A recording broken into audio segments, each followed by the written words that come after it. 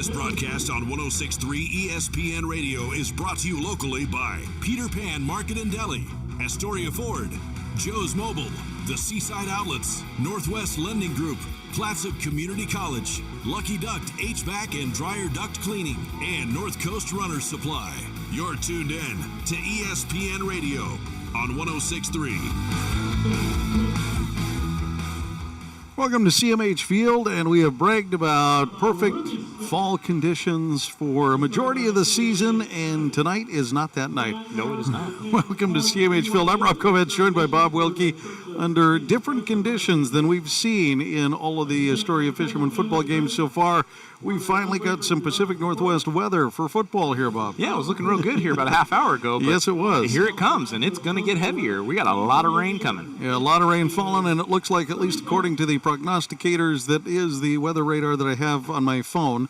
Looks like we're going to see weather for probably about an hour at least. 7:30 is what it looks like. Maybe this tapers off. So we're going to see it for a good majority of the first half, and we'll see what this does to the game. When you get a rain, I can't call it a sloppy game because of the field here. We got a great field here with the turf. And as a matter of fact, like you said, about a half an hour, 45 minutes ago, we were kind of up in the booth here looking, and we had a lot of rain earlier today. It was coming down pretty good, pretty heavy. It did lay off for a little while, and the field was, essentially dry as a bone. It drains. It was a non-issue. It was a non-issue. That's what's so great about this field is, and we've seen it with the softball field as well as it continues over into the softball field and even the baseball side there. This field drains, just immaculately and creates a great playing condition. This stops rain. Look, if the rain stops falling, give it 20 minutes, and you're pretty much good to go. Exactly. And that's not the case now. The rain is falling, and it is turned into it's going to be a slippery mess. So, it's going to play into Astoria's hands, though. This could play into Astoria's hands as we come into tonight's game. We talked a little bit between the two of us. Coach Ruben and Dane talked a little bit in the coaches' show just how much the weather could be a factor in this game, and that is that could mitigate what is on paper a very good Scappoose Indians squad as they come in on a 4-game winning streak. Their last loss against Cascade, and Cascade, the loss they suffered, is the number one team in the state, at least according to the rankings. So 7-0 Cascade at number 1 on the OSA ranking. So we know that Scappoose is, and at this level, number 2, right? Right. And that's where they're at in the rankings. And they knocked off Tillamook, which we saw was a very difficult team. Exactly. So what does that mean for Astoria? Well, Astoria kind of lost their wheels a little bit with Tillamook. Tillamook just, got steamrolling and did a really good job playing the game in Tillamook. Here in Astoria, with these weather conditions, this could mitigate some passing game. This could change a few things and turn this into, kind of that low-scoring slugfest that would favor a team like Astoria trying to come in and upset what is a very good Scappoose team. Right. Astoria's got 3 great running backs, and Scappoose, on paper, doesn't have great running backs. We haven't seen that. They don't do much running game. So, if we see Astoria, buckle in and put together some 6-7 minute drives, some long, time-consuming, defense-tiring drives, boy, that could really change things out. You could see a game here finish 12-6, 12-7, in that low-scoring affair. If Scappoose starts to decide to air the ball, and our Astoria defense, the way they've been playing, they've got a chance to take some of those takeaways and get some turnovers and generate a running game offense. If they can do it, they could blow Scappoose out of the water. Technically, nothing happens till you play the game. Right, and that's what's so interesting about, I think, what this game brings to the table is, Scappoose and Astoria play each other fairly well for the most part. They play competitively and tough. By the way, they're announcing the seniors right now. It is senior night. We'll talk about the seniors here in just a little bit. But as we preview and look ahead to tonight's game, the Scappoose Indians come in, like I said, on that 4-game winning streak. They started the season with a 2-game winning streak, then lost to what eventually became the number 1 team in the state, 37-59. This Scappoose squad does put up points. 56, 48, 37 even in the loss, then 44, 35, 50, and 39. And that is going to be the big thing on the chalkboard for the Astoria Fishermen is bring that points way down. They got to shut that offense down. Way down. And, and the weather could potentially do that. Scappoose has had the luxury of playing in the same weather that the Fishermen have had over the last few weeks. We saw that last year. A pretty darn good weather. Yep. So, when you get kind of this messy game, sometimes that favors the underdog because you hold onto the ball, get a couple of turnovers, and all of a sudden you're in this thing, and you could win a scrappy dogfight game in a low-scoring affair. So we'll see how that goes. Now, for the Fishermen, of course, they started the season with a 2-game losing streak to North Bend and Stayton, a game they should have had against North Bend to start things off with, but they ended up with the loss. Then a 3-game winning streak. The Dalles, Malala, Gladstone, Riverdale, they met a tough opponent in Tillamook and lost a heartbreaker to Seaside just last week. On the final play of the game. And we can talk about that game all night long and how good each team was back and forth and how good of a game that was. And I did have a chance to catch up with Rube, and I said, completely looking at this from outside the fishbowl, I said it was a fun game, I'm sure, for fans, if you were a neutral fan, to watch, because it was back and forth. You guys battled. He goes, yeah, but. I said, I know, you still wanted it, and, it's hard to say that to the coach because he's really having a hard time looking at that outside the fishbowl. Right. Because he's in the fishbowl. He's in the fishbowl. He's in it. So he's the big fish in it. Yeah, he was disappointed in that loss, and he goes, we cleaned up a couple of things. We had a couple of offsides early, and he didn't blame the last play stop. That's not where he dwelled. No. He didn't dwell on the 4th and 7 pass to Archer Hawkins. Well, it was slightly contested. Hawkins couldn't come up with it in the end, and it was a disappointing non-catch for the Fishermen there, but he didn't dwell on those 2 plays. What he talked about was some of the offsides penalties. They have 4th and 2, they got the offsides, get back up to 4th and 7, which forced the pass to Hawkins in the end zone.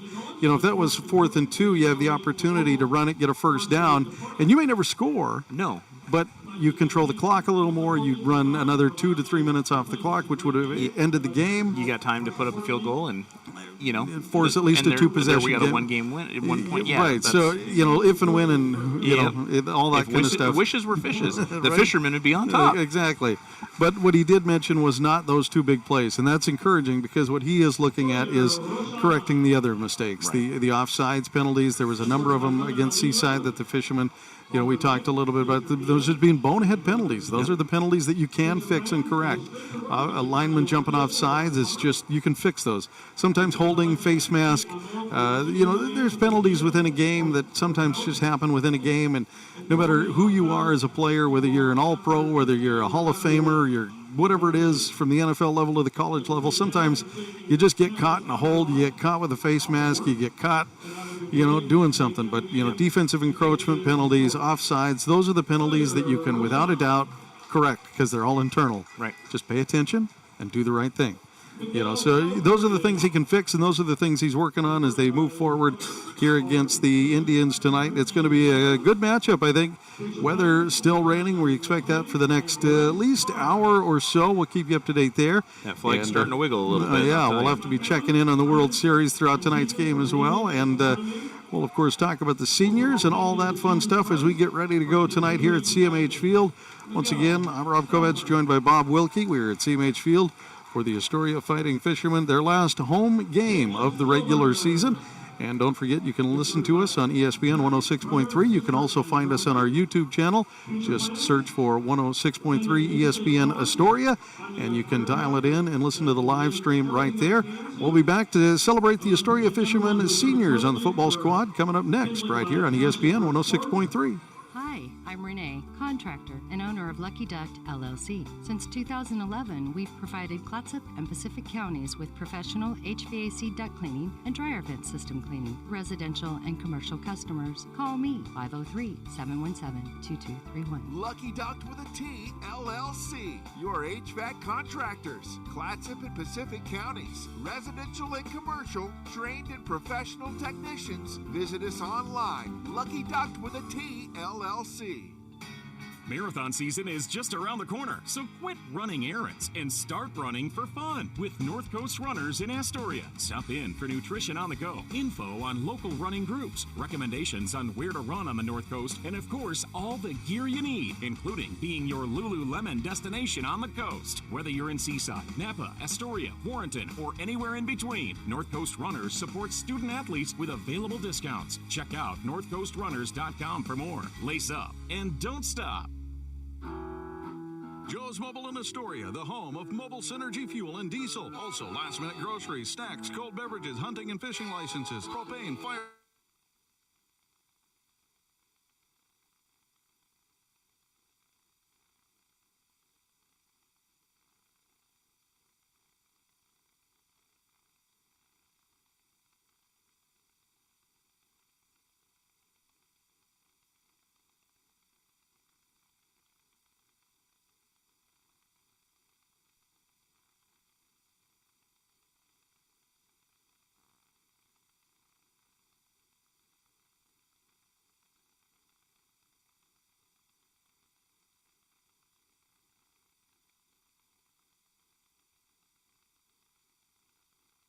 503-325-4116 or apply online at nwlendinggroup.com. Northwest Lending Group is an equal housing lender. NMLS 1469420, ML2891. Are you currently in the market for a new car, truck, or SUV? Then look no further than Dane Gouge's Astoria Ford. With hundreds of makes and models to choose from, you're bound to find something you want, including the Ford F-150, best-selling truck in America, 47 years running. Stop by Dane Gouge's Astoria Ford today and take a test drive and find that new vehicle you have always wanted. Whether you're buying, selling, or trading, you always get the best deal at Dane Gouge's Astoria Ford, 1809 Ensign Lane across from Costco Gas, or visit them online at AstoriaFord.net.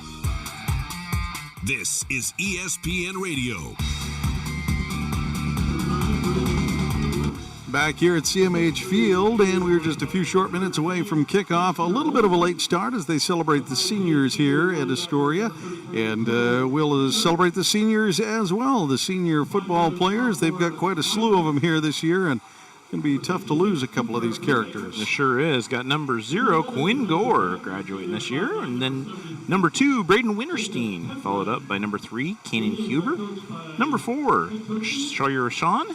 Number 6, Jacob Biros. Number 15, Trevor Morrow. Number 21, Jack Johnson. Number 24, Archer Hawkins. Number 26, Jacob Silver. Number 53, Jacob Wolf. Number 56, Adrian Bali. And number 73, Miguel Salisbury. Couple of big names there that the Fishermen are going to miss going into next year, but that's the life of high school sports. You know, Rob, we've been doing this long enough that we watched every one of these guys as freshmen. We did. We got to see them come all the way through there. I think this is the first class we've seen all the way through, to be honest with you, Bob. Yeah, I think together, so. At least in the booth. And, we've seen a couple of these kids make some great improvements as they make their way out onto the field. And it's going to be a tough loss. This is the last regular season home game for the Fishermen. Now, a couple of things could happen for the Fishermen to potentially get another one somewhere down the line. But for the most part, if they want a playoff berth, what they need to do is win this one, win next week, and then hope for Junction City to get a couple of wins. So there's still a chance. It's not one of those things where you're out, you're done, it's all over. You're saying there's a chance. There is a chance for the Fishermen. First things first, though, they got to get a great upset tonight here, the Scappoose Indians, and we're just a few short minutes away from kickoff, and we're going to run down the rest of the schedule for the 4A coming up right after we take a quick break and get ready for kickoff here at CMH Field. It's the Astoria Fishermen taking on the Scappoose Indians here on ESPN 106.3. Be ready for your future with Clatsop Community College. Take college-level classes at CCC while still in high school and transfer them to a university when you're ready. Or take technical education classes to develop your skills to be prepared for in-demand jobs in the region. Clatsop Community College can help you be ready for your future. Contact the admissions office or check out clatsopcc.edu for more information on all the programs and transfer options available. Start here, go anywhere with Clatsop Community College. Joe's Mobile. Fuel, diesel, groceries, snacks, beer, propane, hunting and fishing licenses, firewood, and so much more. 1701 Marine Drive in Astoria. Coming in, going out, or passing through Astoria, Joe's Mobile is your one stop where the people are friendly and the store is stocked with everything you need. All debit, EBT, and credit accepted. Joe's Mobile. Mobile Synergy Fuel and Diesel. Pump your own 24 hours a day at Joe's Mobile. Wait for it. Joe's Mobile. Hi, folks. These sports teams that we follow pride themselves on a long tradition of excellence. The same goes for the place you choose for your home loan. Northwest Lending Group is one of the longest continually operating mortgage lenders in Clatsop County. We've been here over 20 years. I invite you to give us a try. Let us show you how we've earned over 98% customer satisfaction rating. Find us at 1227 Commercial Street in Astoria, by phone at 503-325-4116, or apply online at nwlendinggroup.com. Northwest Lending Group is an equal housing lender. NMLS 1469420.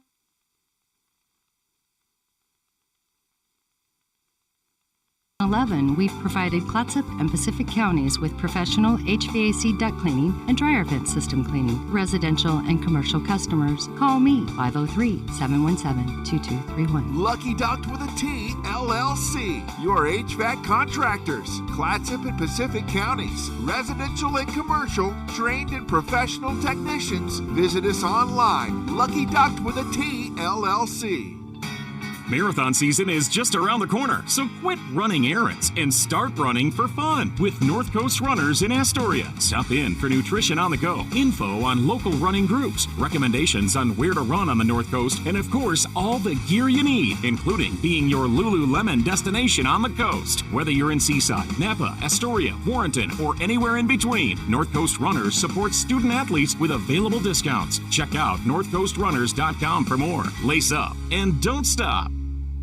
Attention sports fans, looking for the most comprehensive and exciting coverage of your favorite teams and athletes? Tune into KAST 1370 AM for Oregon State University Beaver football. And on 106.3 ESPN, catch University of Oregon Duck football, the Seahawks, and Astoria High Fighting Fishermen football. And on 106.3 ESPN, catch the Coaches Show, the Rube Report, every Friday at 6 p.m. with a look at what's going on with Astoria High's athletic director, Coach Howard Rube. Brought to you locally by Peter Pan Market and Deli, Astoria Ford, Joe's Mobile, the Seaside Outlets, Northwest Lending Group, Clatsop Community College, Lucky Duct HVAC and Dryer Duct Cleaning, and North Coast Runner Supply. Cheer on your favorite teams. 1, 2, 3, 4. You're listening to Astoria High School Sports on 106.3 ESPN Radio. Once again, back here at CMH Field, Rob Kovacs joined by Bob Wilkie, just a few short minutes away from kickoff, and celebrating seniors here tonight in Astoria. By the way, Scappoose suiting up 17 seniors for their football squad, and they've still got another number of juniors and sophomores and freshmen as well, but 17 seniors listed on their roster. They got a big squad over there. They do indeed. There's a whole lot of orange. And a couple of big games across the 4A tonight. One of them, of course, taking place just down the road, St. Helens and Seaside. And Tillamook Gladstone Riverdale game taking place tonight, all kicking off at 7 o'clock. And elsewhere, I'll let you run down the schedule. Yeah, in District 2, we've got Staten versus Cascade. That's going to be a big game tonight. Woodburn versus Estacada. Then in Special District 3, we've got Cottage Grove and Sweet Home. Philomath and Marist Catholic. Crescent City and Junction City. Or Crescent Valley and Junction City, and we're hoping for Junction City on that one tonight. District 4, we've got Hidden Valley versus North Bend, and then Marshfield versus Henley, another big game there. That's it, yeah, 1 and 2 going after each other there. Yeah, and then Mazama versus Ashland. Special District 5, we've got LeGrand versus the Dalles, and Ontario versus Pendleton. And then the non-league contest with Baker versus Molalla. Baker number 2 in Special District 5, and Molalla in Special District 2. So the non-league contest taking place in the middle of the season, and it looks like we are just about ready for kickoff here. We're going to do the coin toss, find out where we're going, and we're going to get this thing underway here tonight. We're going to take another quick timeout and come back for kickoff right here from CMH Field. Thanks for joining us on the air with ESPN 106.3 as we bring you Astoria High Fighting Fishermen football tonight. Hungry? Thirsty? Craving something delicious? Get to the Peter Pan Market and Deli in Astoria. They've got your cravings covered, from fresh sandwiches and salads to gourmet coffee and snacks. The deli is stocked with hand-picked ingredients, ensuring the highest quality in every bite. Need groceries? You're covered there too, with a wide selection of necessities and locally sourced products. The Peter Pan Market and Deli at 712 Niagara Avenue in Astoria. Visit online at peterpantogo.com for online ordering options. Taste the difference at Peter Pan Market and Deli. Are you currently in the market for a new car, truck, or SUV? Then look no further than Dane Gouge's Astoria Ford. With hundreds of makes and models to choose from, you're bound to find something you want, including the Ford F-150, best-selling truck in America, 47 years running. Stop by Dane Gouge's Astoria Ford today and take a test drive and find that new vehicle you have always wanted. Whether you're buying, selling, or trading, you always get the best deal at Dane Gouge's Astoria Ford, 1809 Ensign Lane across from Costco Gas, or visit them online at astoriaford.net.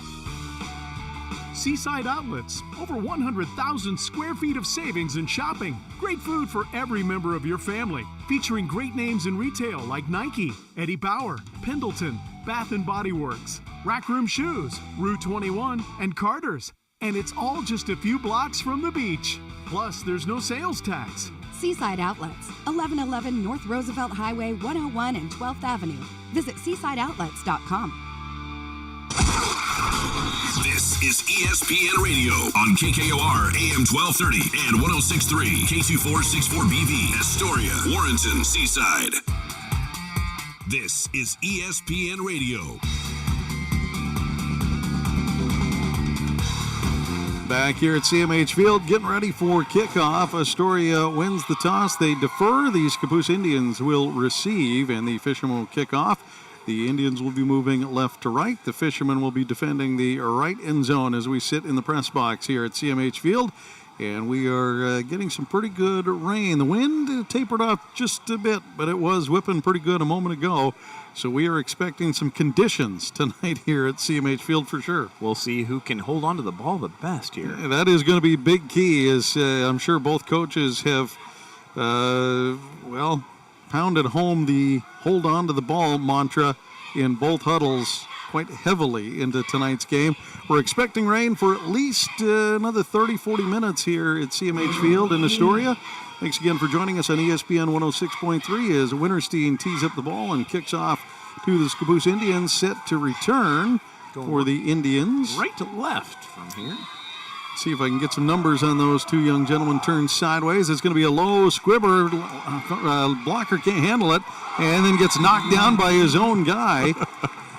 Picking up the ball was Sam Hurrah, and the sophomore, was then knocked down by Nolan Lennox, who was lined up for the return. He was coming up to set the block, but in looking ahead, didn't look down to see his guy and mowed him down. So the Fishermen, the benefit of a great tackle from the opposing team. Yeah, I mean, they don't have to do anything. They didn't even have to chart it on down to touch him. Astoria was still 15 yards away from the receiver. A Fisherman there trying the little squib kick to the up man to see if they couldn't bounce it off his hands. It almost worked, and essentially does work, as the Indians will take possession on the 24-yard line and run up the middle for a short gain. That is going to be Elijah Grennan-Biggs. And for those who have joined Bob and I for Astoria Sports, we've heard that name plenty in basketball and football.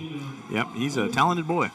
And Scappoose will come straight to the line of scrimmage. This is something that they do run. They gave him a 6-yard pickup on that, too, by the way, Rob. A hurry-up, but a quick-paced offense. Up the middle again, and Biggs is going to get the first down to the 40 and then stacked up and held up. I think he's going to get 9 on that run. He is indeed. And again, Biggs running well for the Fishermen, or the Indians here against the Fishermen. The junior, as they set the ball. Get out of the way, guys. Scappoose wants to run. They're going to come to the line of scrimmage. They're going to keep a quick pace. That's what they want to do, is they send 5 receivers out. Quarterback looks, tucks. Colt Kelly grabs a hold of the sleeve and whips him down for a 3-4-yard gain. Yep, they're going to hold him to mark it here. And quarterback draw. They're going to scoot him back just another minute there, just another tick there, and it looks like it's going to be just a 2-yard gain. Quarterback on the draw went right through. Colt Kelly reached out, grabbed a shoulder, and swung him down. Great job catching him on that one. So second down, the Indians are right back to the line of scrimmage. We'll try to recap as best we can as the Indians come right to the line of scrimmage. They want to run this thing quick. Quarterback rolls out. He's going to look short to Biggs, who's got it. Short pass is going to pick up enough for the first down. Yep, he's going to pick up, looks like he's going to get about 9 yards on that. Just past the 50. He's looking for the official. They're going to spot him at the 40, about the 48. That's where they're going to say he was down. Scappoose Indians once again back on the line of scrimmage, ready to go. Hurry up, spot it, hurry up, let's go, guys. They don't want to waste any time here. No, they want to score and hurry here. And pass that's coming out to the right. Screen pass is caught and missing the first tackle. Fishermen clean it up, but not before the runner gets out to the 37-yard line. Looks like it's going to be enough for a first down. They are moving those sticks. It's going to be right at it, and indeed, they do move the sticks, so it's just enough. And once again, the Scappoose Indians in a hurry-up offense, a huddle-up, or a hurry-up style offense where they just rush up to the line of scrimmage, and they want to go. 3 receivers, 1 to the right, 2 to the left. Quarterback's going to hand it off to Biggs. But the officials will stop this one. They're going to slow the Indians down here. Yep, they're going to say false start. There's the official call, indeed, false start. So 5 yards to the Fishermen here. Should scoot them back to the 43. First and 15, under 10 minutes to go on the clock. And the Indians will once again come up to the line of scrimmage to get ready to run their offense. They want to go quick pace, and they want to go in a hurry. They have not gone to the air yet. They've done a pretty good job on the ground. They've done a couple of short screen passes, I guess, if you want to say they've gone to the air.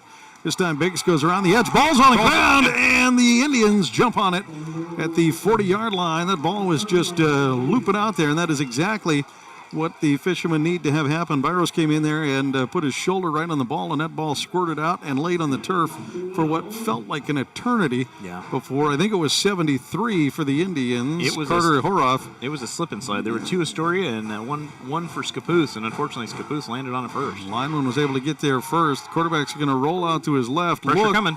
Pressure's there, and the ball is up, and at the sideline, it is caught. They're going to mark it at the 25, 26. They're in a hurry to move that ball tonight. Quarterback was under pressure. He did take a shot as he released. They do place the ball at the 26, and so the Indians with a 1st and 10, 9 minutes to go. Fishermen trying to get a substitution in, get it late, and they run up the middle. Biggs once again pushes forward for about 6. Yeah. This hurry-up, quick-paced offense is what Scappoose was going to run. Coach Rube knew it was coming. No secrets here. They've done it all year long, and they're doing it here against the Fishermen. The snap, the handoff up the middle, and this time taken off is number 25, Colton Smith, the sophomore who gets wrangled. Be just short of the 10 there. Be 1st and goal as they drop the other sticks. 1st and 5 is where they've got it on the scoreboard, but I think they're just outside of the 5. This time a wide pass out to the right, and catching it and getting down to the 1 is number 1 for the Indians, Nolan Lennox. The swing pass out to the right, gets behind a lead of blockers and gets himself down to the 1-yard line. The Indians once again right back onto the line of scrimmage as they threaten here with 8 minutes to go in the first quarter. 3 wide receivers out. Quarterback's going to hand off to Biggs, and Biggs is going to dance his way through the middle, and in the pile finds 6 points for the Indians to start things off.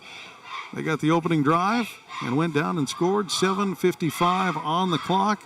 It was a good drive as they tick off just enough time at 4 minutes and 5 seconds, if my math is correct. Yeah, that's good math, Rob. That is correct. I'm not an astrophysicist. I'm a radio announcer. Line up to go for the extra point. Kick. Handling the kicking duties. I think that's a number 7, Sam Morris. It's number 2, Rob. Number 2 with the kick. Holding is 0. Braden Miller is the holder for the Indians. Just like that, they've got 7. And the Fishermen now will have to try to retaliate. They had an opportunity there on defense. They got the loose ball that they were looking for. They knocked it out on a great tackle. Unfortunately, the Fishermen just could not quite get there. A trailing lineman for the Indians was able to scoop up the loose ball. And, on a night like tonight, when you got a little bit of weather, a little bit of rain, and some slickery conditions, as they like to call them, you got to take advantage of those loose balls when they hit the turf. You sure do. Be ready for them. 7-0, the Indians take the lead early, 7:55 here in tonight's contest. The Fishermen fighting the number 2 team in the state according to the rankings. The Scappoose Indians, who enter today's game at 6-1. It's going to be a tough hill to climb for the Fishermen, and they're going to need to buckle up their defense because this Scappoose Indians team can score points. In a hurry. Nope, drying off the ball on the turf here. Setting the kick. Fishermen send, it looks like Byros back, and see if I can catch it. I think that's Gore set to return. There's number 7. 7 with the kickoff. High kick. It's going to go to the up man. Maybe. No. And out of bounds. Looks like no, not out of bounds. Byros was able to catch it inbounds and then fall out of bounds. One of those situations where you almost just let it go. They were toying with it, I think. And they thought, the Indians are coming fast here down the sideline. If they get a hold of this thing, it's their ball. So catch it, fall out of bounds, take the ball at the 27-yard line is where the Fishermen will start. This time the Fishermen run their offense out of the huddle. Send out 3 receivers, 2 to the right. Morrow here to the left, closest to us. Shacker puts Morrow in motion. And it's going to be the jet sweep as Morrow can't find the edge. And they backed him up. They've got him bundled up for a big loss. Yeah. All the way back down to the 15 where he's eventually drugged down. He tried to get around the right side, and there was just nothing there. Just more guys coming. The receivers were unable to set the edge, and Morrow couldn't get free. So Yates will check in. And now with a 2nd and 17, the Fishermen will look to try to put something together here on this play. Peek in on the World Series in the middle of the 6th, 2-2 tie between the Jays and the Dodgers. Fishermen in a 3 wide receiver set. This time they send 3 out to the formation and try an inside handoff and go nowhere. Yates, who found a lot of success last week, finds 0 there. He found a whole lot of Indian there. About a half a yard is all he's going to get as the big guys up front bundle up Yates and won't allow him to get free. Shacker runs the play back in. And now with a 3rd and very long, we'll see what kind of tricky play Rube dials up here in the rain. Is he going to try to throw deep, or will he dial up a screen pass or some kind of draw to see if he can get somebody in space free? Defensive backs line up right over the top of the receivers, and I think number 7 lined up off sides. Got a penalty way beforehand, and yeah, that's the case. I think number 7, when he went up to play, they're playing man-to-man defense, the corners and the defensive backs, and he was right there in the flanker's face. Yeah. And lined up off sides. Nope. So 3rd and 17 is going to go to 3rd and a long 10. 3rd and about 11 here. And I think that's exactly what happened is 7 got way up there. They want to play the bump and cover, and he was just way too close to the point where he was on the other side of the ball. Shacker sends his man in motion. That's his back. Gore coming out of the backfield. They get the swing pass out to Winterstein, and he's going to go nowhere, wrapped up at the 25-yard line. He'll take a 2-yard loss on the play as they try to come back around and get the looping receiver. And the other receivers trying to set up the blocks just can't do so. So it's going to be a long 4th down. The Fishermen line up to, I think they're going to line up to punt here. No. They've got Shacker set up in a pooch punt scenario. He's going to be about 6-7 yards deep, and it's going to be the quick kick high in the air. Not a lot of distance. It's going to hit at the 48-yard line on this side of the 50. And it's not going to be a great punt, but it is going to set up the Indians on the other side of the 50 at the 48-yard line. They were trying the old quick kick. That's a scenario where you don't line up in the normal punt position. You send your quarterback or your punter, in this case, about 7 yards back, and I guess you still kind of run the threat. Or will they? Won't they? Yeah. You know, and you just try to do the quick kick. Instead of lining up for the big deep punt, your quarterback just kind of quick drops one and sees what they can come up with, and hopefully you can get it on the ground, and maybe you can get a loose ball out of it. Dig up that ball, yeah. Not the case. So from the 49, the Indians snap the ball, find some room up the middle, and Biggs once again dives forward for 7. The announcer here at the stadium will give him 6, and the officials will mark him out at the 40. You're going to say the 48 or 43. Indians once again back on the line of scrimmage. Snap the ball, handoff up the middle again. Biggs finds a little bit more room, and he'll be up to about the 40. Still needing 2. Under 5 minutes to go here in the first quarter. The Indians once again going with the hurry-up offense. It's not quite a full-on hurry-up, but it's just get to the line of scrimmage, call the play, and let's go, guys. And got somebody to jump there. Yeah, you got two running backs in the backfield with him, and he was clapping for the ball, and he wanted it as bad as the offensive lineman who jumped off sides wanted to go too.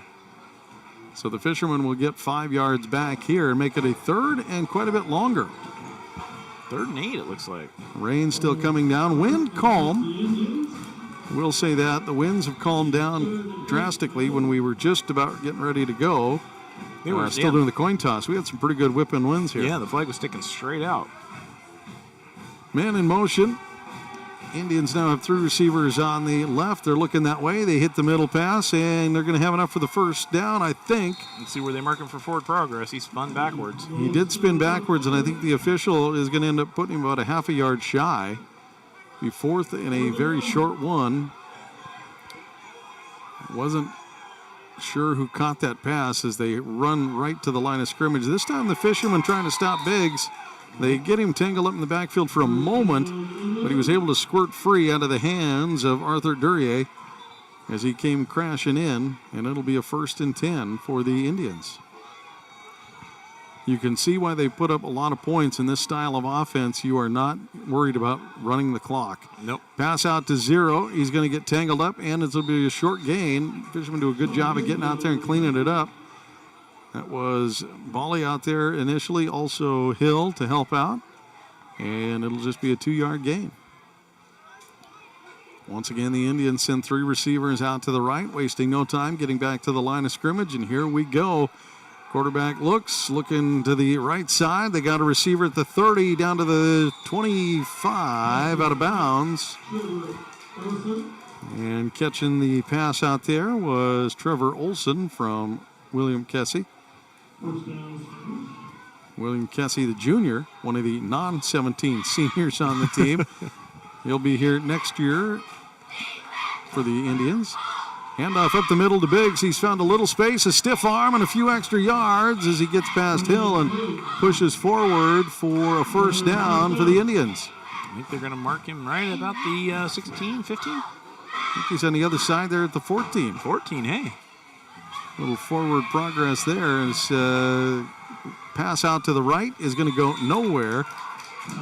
Good job by Morrow to get out there and make the tackle on Drew Butler, the 6'4" senior receiver.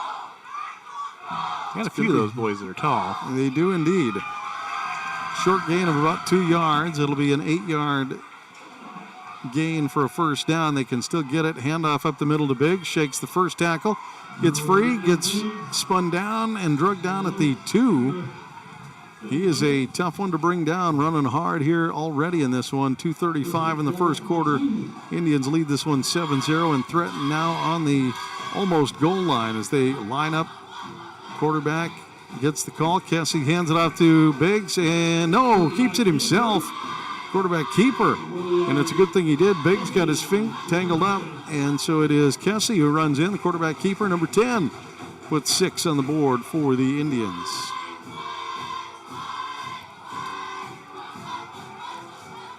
Fishermen find themselves down in this one 13-0, 2:26 in the first quarter, and the Indians now for the extra point will line up to kick. Once again, holding is Braden Miller, and handling the kicking duties is Morris.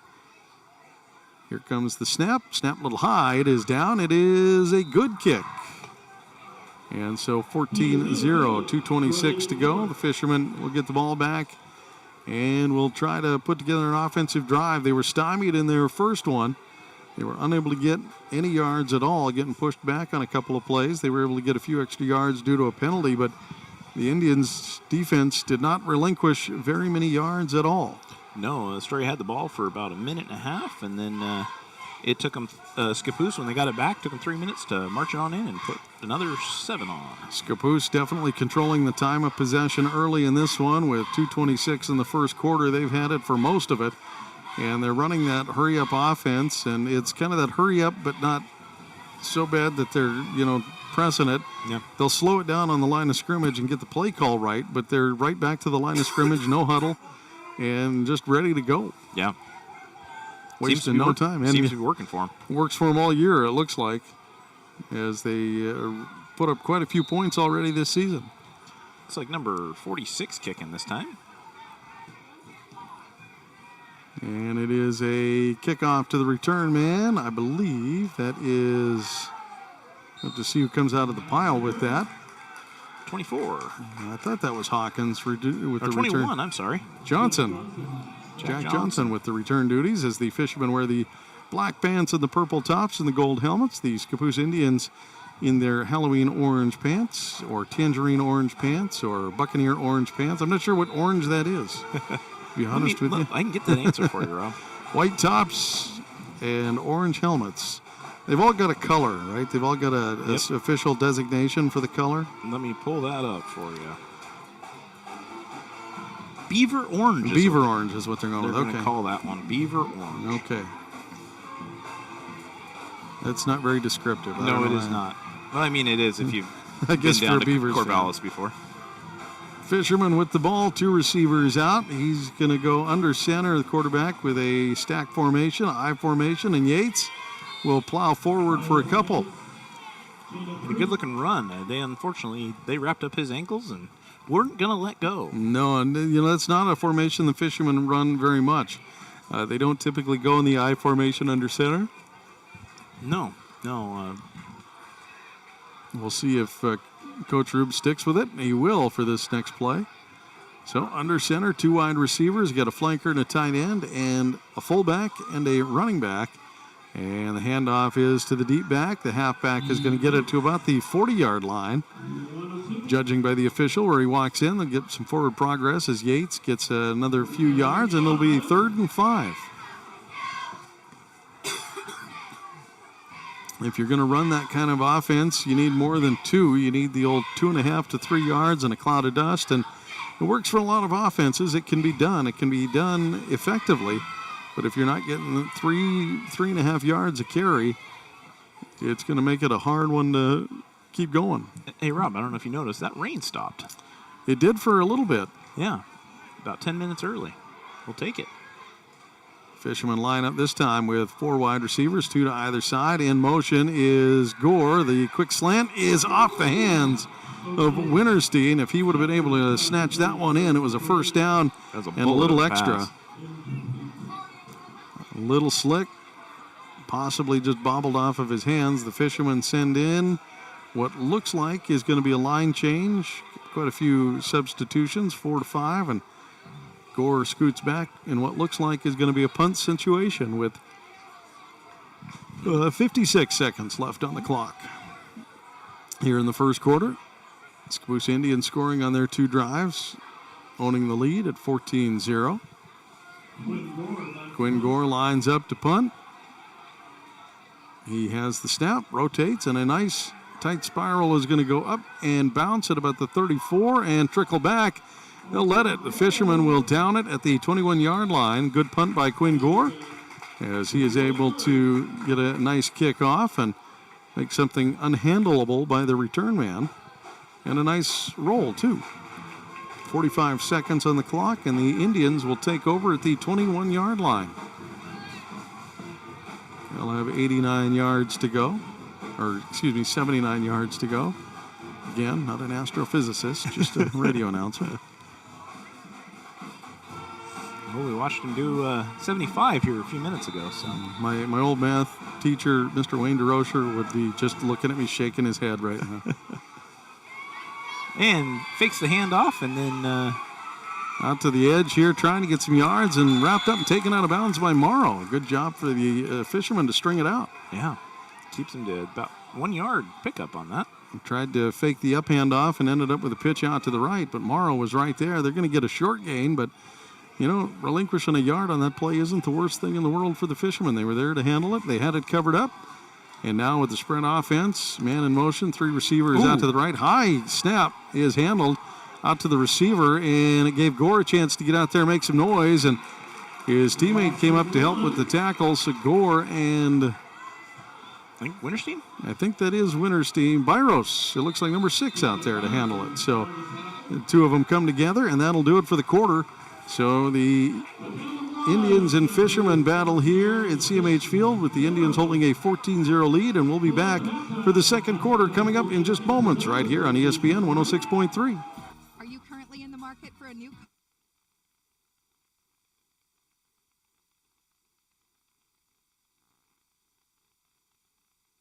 The Ford F-150, best-selling truck in America, 47 years running. Stop by Dane Gouge's Astoria Ford today and take a test drive and find that new vehicle you have always wanted. Whether you're buying, selling, or trading, you always get the best deal at Dane Gouge's Astoria Ford, 1809 Ensign Lane across from Costco Gas, or visit them online at AstoriaFord.net. Marathon season is just around the corner, so quit running errands and start running for fun with North Coast Runners in Astoria. Stop in for nutrition on the go, info on local running groups, recommendations on where to run on the North Coast, and of course, all the gear you need, including being your Lululemon destination on the coast. Whether you're in Seaside, Napa, Astoria, Warrenton, or anywhere in between, North Coast Runners supports student athletes with available discounts. Check out northcoastrunners.com for more. Lace up and don't stop. This is ESPN Radio. Ready to go for the second quarter here at CMH Field. The Fishermen and the Indians battle. The Scappoose Indians and Fishermen. And the Indians with the ball, 3rd and 10. Quarterback looking. Kessie looks, pumps, drops it in front of his screen player, and it's mishandled. It's going to be a forward pass. The question may come into play whether or not it was intentional grounding.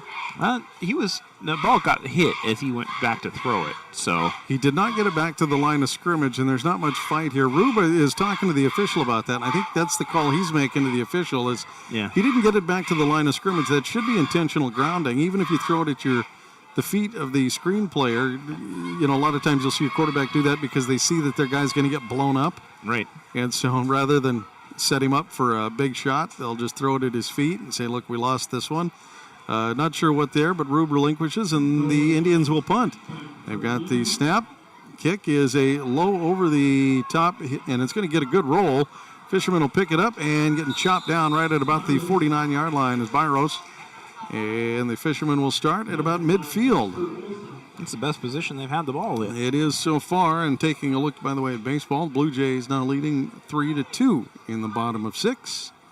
For those paying attention to that, the Toronto Blue Jays lead the Dodgers in Game 1 of the World Series at 3-2. Fishermen with the ball at the 49-yard line. They'll have 51 yards to go to pay dirt.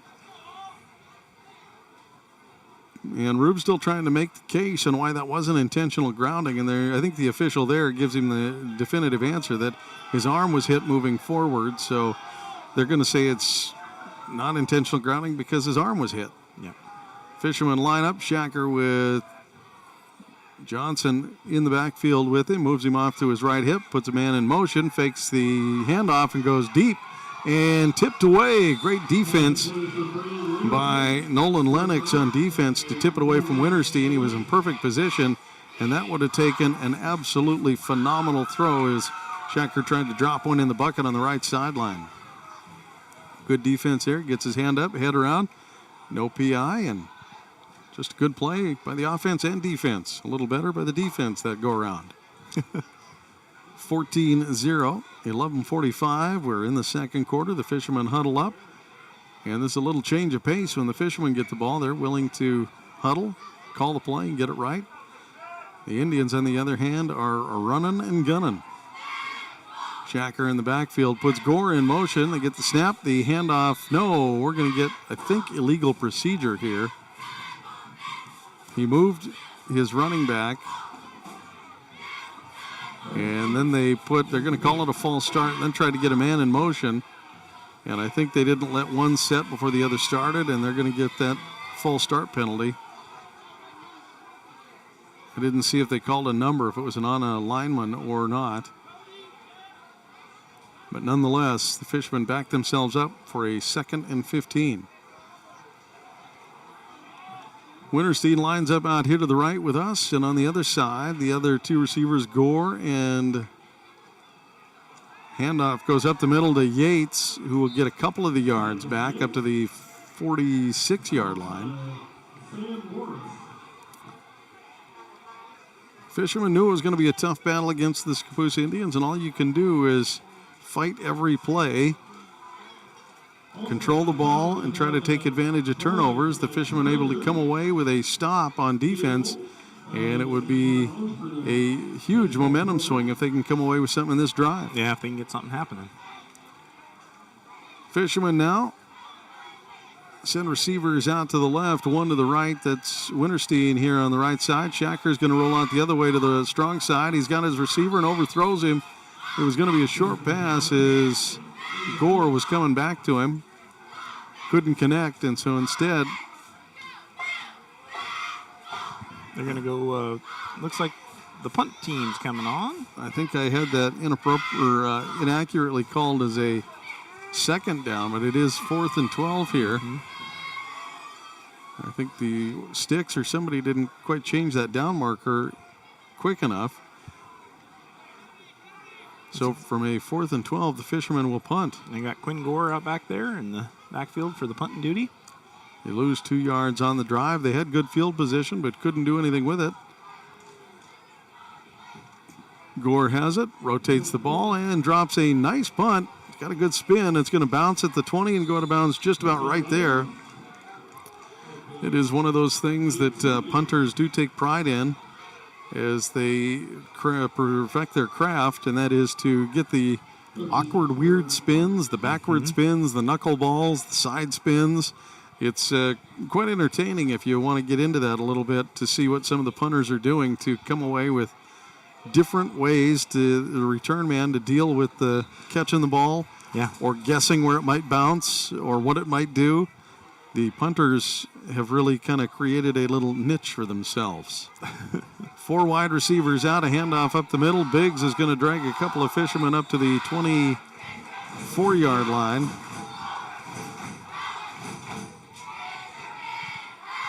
From there, it'll be second down after the short gain. The Indians right back to the line of scrimmage. 3 receivers to the right, 1 to the left. Quarterback's going to fake the handoff, throw out to the right, try to get his wide receiver in motion with some blockers, and he does. He's going to have a first down to the 37-yard line, maybe the 36. We'll see where they mark the forward progress. Great connection, great run. Short pass out to the right gets the Indians another first down, and they continue to move the ball against the Fishermen quickly. Checking in on World Series, 5-2 in the bottom of the 6th.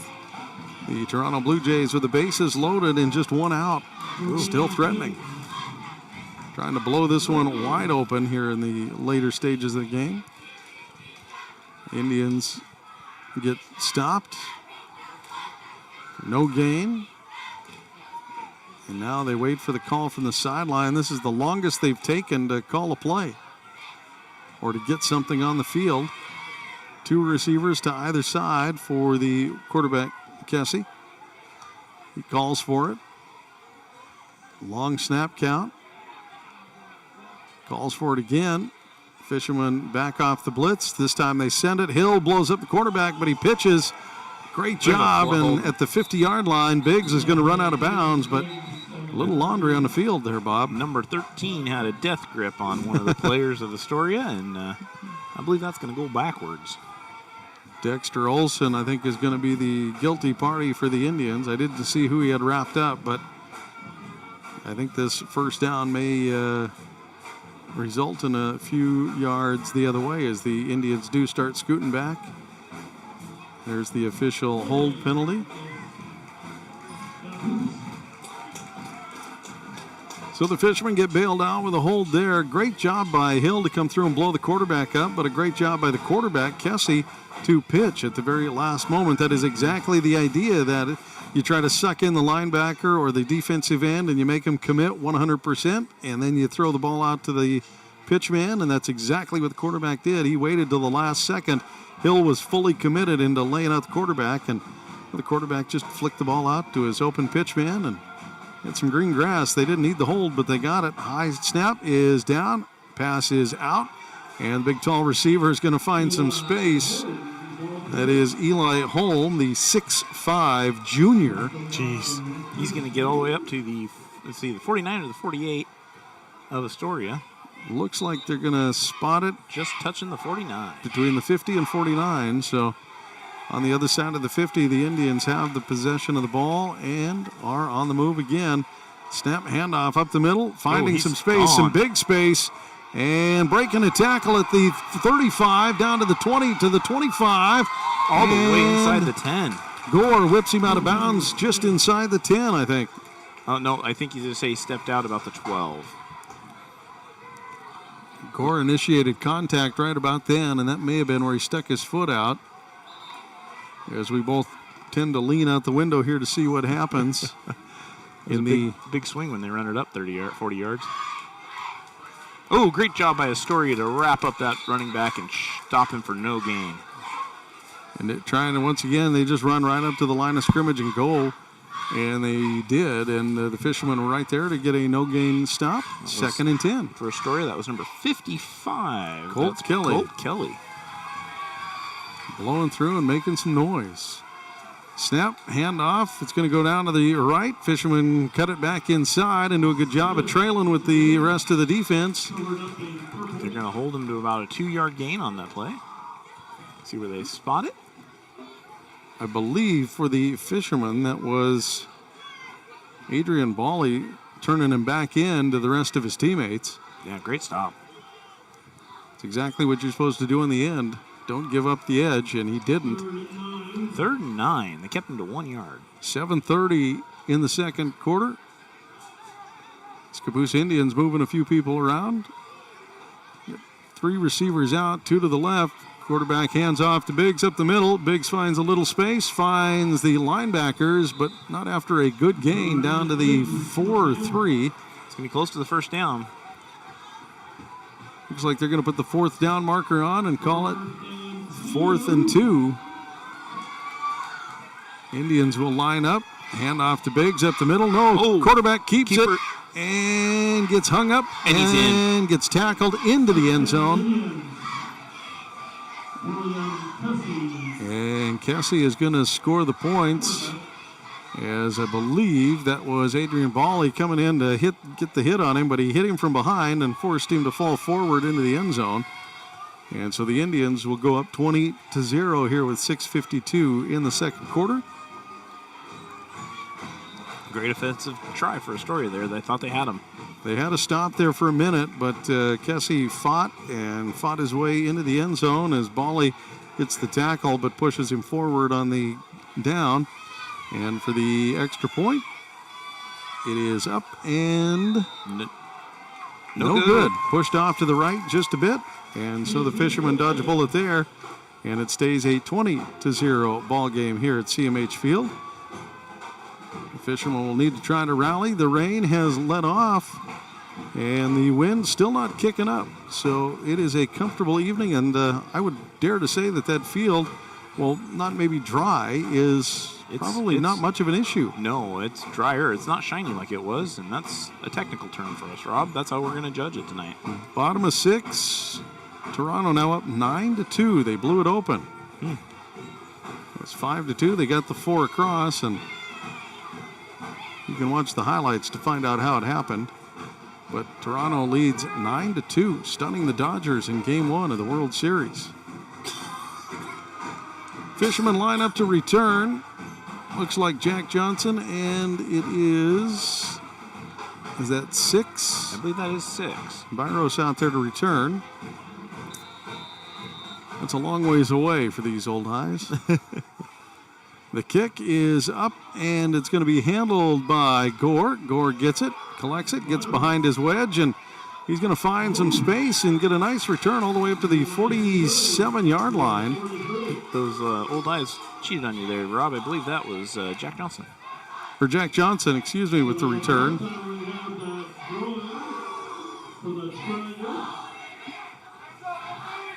Gore has been returning some kicks here and there, and I just had it in my head that he was still back there.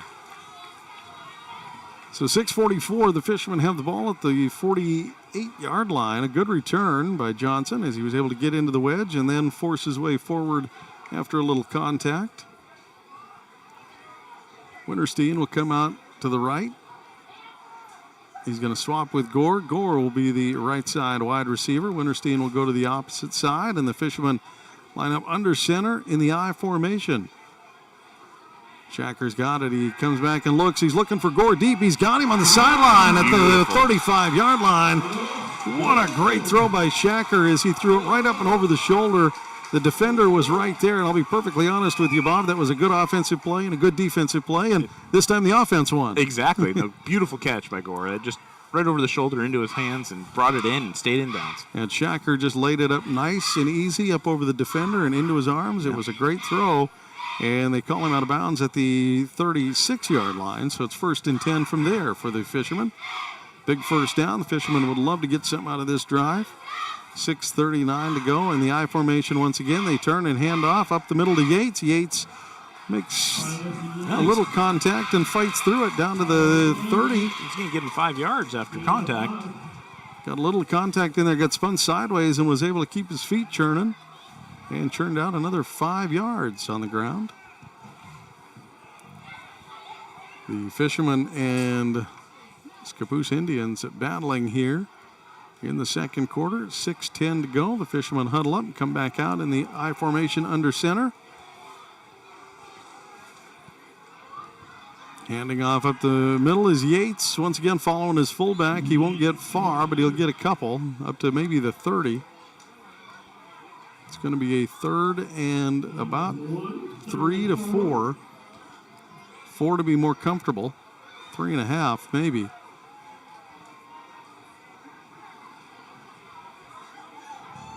The Blue Jays continue to tear things open at 11-2. Wow. Mariners didn't let him do that. Heartbreaking series for the Mariners. Yeah. Always curious when your team loses to a team, do you cheer for that team going into the big game or do you cheer for the other team to knock them off? From under center, Shacker looks. He's looking to his right as he rolls free. He finds a running back or a tight end, I think it is, leaking out. Be close to a first down for the Fishermen. I think they're going to get it, or are they going to mark them in Hill inches? gets the catch, and there they go. They do move it forward, so he was right at the sticks. Hill did a good job of turning and fighting forward. So it'll be 1st and 10, 5 minutes in the half at the 21-yard line. 26-yard line.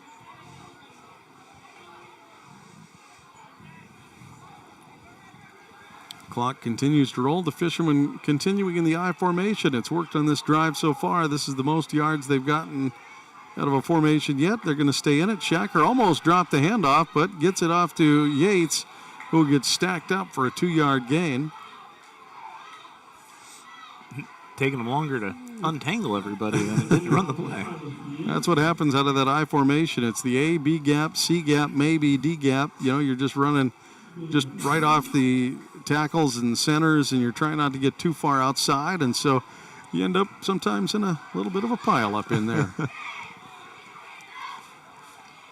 Big defensive lineman for the Indians. Trying to contain. Defensive linemen are tall down there. Fishermen come out in a 4-wide receiver set.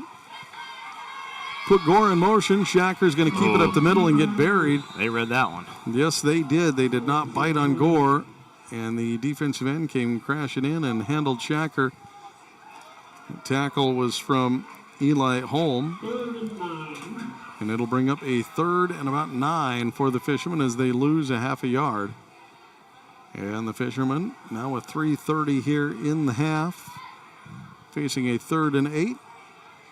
Probably not going to come out in the I formation here. Going to need to get some receivers out. And Coach Rube wants a timeout. He wants to chat things over with his squad. Make sure he gets the right call here on this 3rd and 8. 20-0 in the half. The Fishermen find themselves down against a very good Scappoose squad. And we knew it was going to be a tough one. Weather starting to be less of a factor as we see the rain die off and the winds stay calm. And you know, like I said, that's the good and the bad of the field, really. The track on the outside is a little shiny, a little wet yet, but that inside, if you were to go walk out in there on those pebbles, as well as this field drains, and we've done it on the softball field, you know, it's so quick to dry. It's kind of remarkable. It's crazy. You might have what you might call dewy moisture, you know, still hanging around, but, you know, with this turf, you don't get the sloppy mud pit that, you know, in the old days, so to speak, you know. So, and, you know, there's a small part of me, I guess, as a football fan that kind of misses the sloppy mud pit. You know, I mean, as an old 49er fan, there's some of those great games at Candlestick Park where it's just a swampy mess. Yep. Yeah, exactly. When the snow comes in and ices it, and you got a skating rink. And there's all kinds of factors. I bet you don't miss the gravel burns. I do not miss those. That's what I remember. No, those can stay away. Yep. 3 receivers out to the left after the timeout. Shacker calls for it, gets it, looking to his right.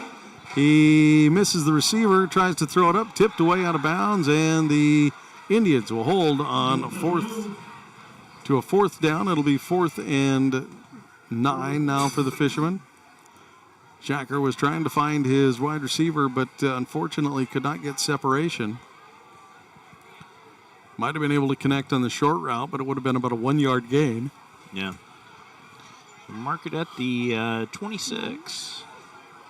3rd down turns to 4th down, and a decision for the Fishermen here from this distance.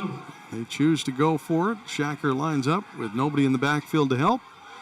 He's got all 5 wide receivers out. Winterstein to his right, the other 4 on the other side, and he's going to roll to the strong side and looking deep. He's got a receiver deep and can't connect. And there it is. Defensive player right over the backside of Hawkins, and officials saw it, and I think was fumbling in the pocket for the flag, and I think the Fishermen are going to be happy with the end of this call. I think so too. Pass interference by the defense indeed. You don't get to be Yoda.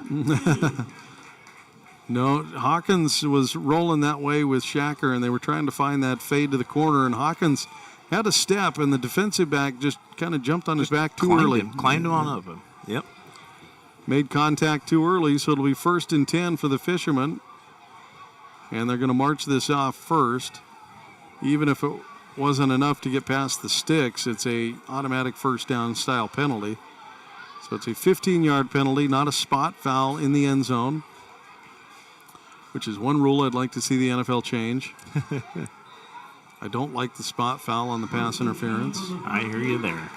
3:12. The Fishermen move up, get a free 1st down. They can still get one as they sit now at the 14-yard line. This time out of the heavy set, Byros gets the handoff, the pitch, and he's going to shoot forward for maybe a few. He gets an A for effort. He put the boots to the ground on that one. Yeah, he did. Quick speed out of nowhere. Yates will check in and give him a little relief. Shacker brings the play back into his huddle. Under 3 minutes to go, 2nd and 8.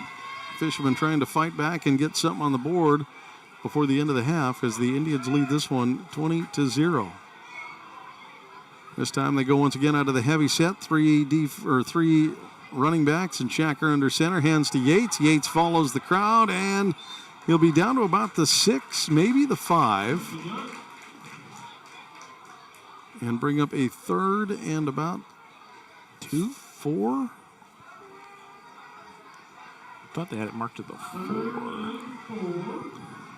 So 3rd and 4. Okay. And I would think that the Fishermen are treating this like 4 down territory. Once again, they go in the heavy set. 3 running backs directly behind, and the Indians jump. Or was it Fishermen? See who did it. Fishermen are clapping and cheering, and it looks like this one may go against the Indians. That'll give them a 1st down. And that will give them a 1st down. Indeed, it will. This will be a 5-yard penalty. Should put it at the 2, the 3. And it'll be a half the distance scenario, which will push it down to the 4-yard line. And that should be enough. No. They're saying they got to go a couple more inches. Okay. So it'll be 3rd and literal inches as the sticks are darn near touching with 2 minutes to go here in the half. 20-0. And now the officials want to have a quick chat to make sure they got it right.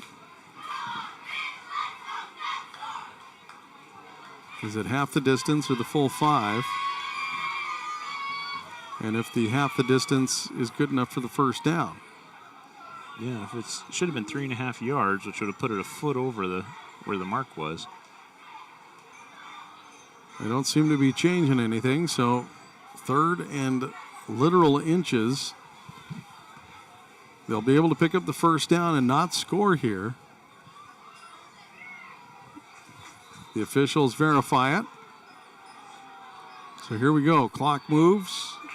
Under 2 minutes. Shacker lines up under center. 3 backs in the backfield. Look for the quarterback keeper here.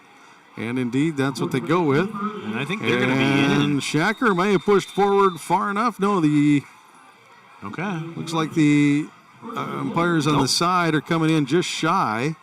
I see one ref. Okay. So So they're going to wind the clock with 1:42 to go. It'll be 1st and goal from here. That one for sure was enough to pick up the first down, and Scappoose wants the timeout. So the scoreboard will have an opportunity to correct themselves. They get it 4th and 2. It is not that. It'll be 1st and goal from about the 2. And it's not even that, from about 2 inches, according to where the official is standing. They have the yard marker marked a little far away, so it's a little off if you're sitting in the stands. My eyes all the way back here from the 40 showed that he went in, but it looked like he plunged, but maybe his knee dropped just before he got there. Yeah. I'll believe the 5 guys in stripes way closer. A lot better eye than we do. Either way, if the Fishermen can punch one in with time expiring and get back into this, they have a chance to get the ball back and maybe make some more noise in the second half. Yeah, they will get the ball. Fishermen come out once again. 1st and goal.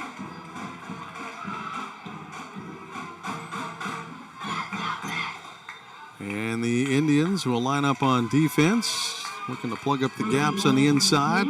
Don't be surprised if we don't see another heavy set and quarterback sneak. Shacker is very slippery at finding the crease from under center, and he does. Goes off to the right side, gets stymied, but the officials both come in from the side. Touchdown, Astoria. Well done, boys. Shacker got a pretty good shot going over the right side, but not before he got the couple of inches he needed. And you know what? If you get stuck after 7 inches and you need 2, that's fine. Fishermen get on the board, trailing in this one 20-6. They'll send out Winterstein for the extra point attempt.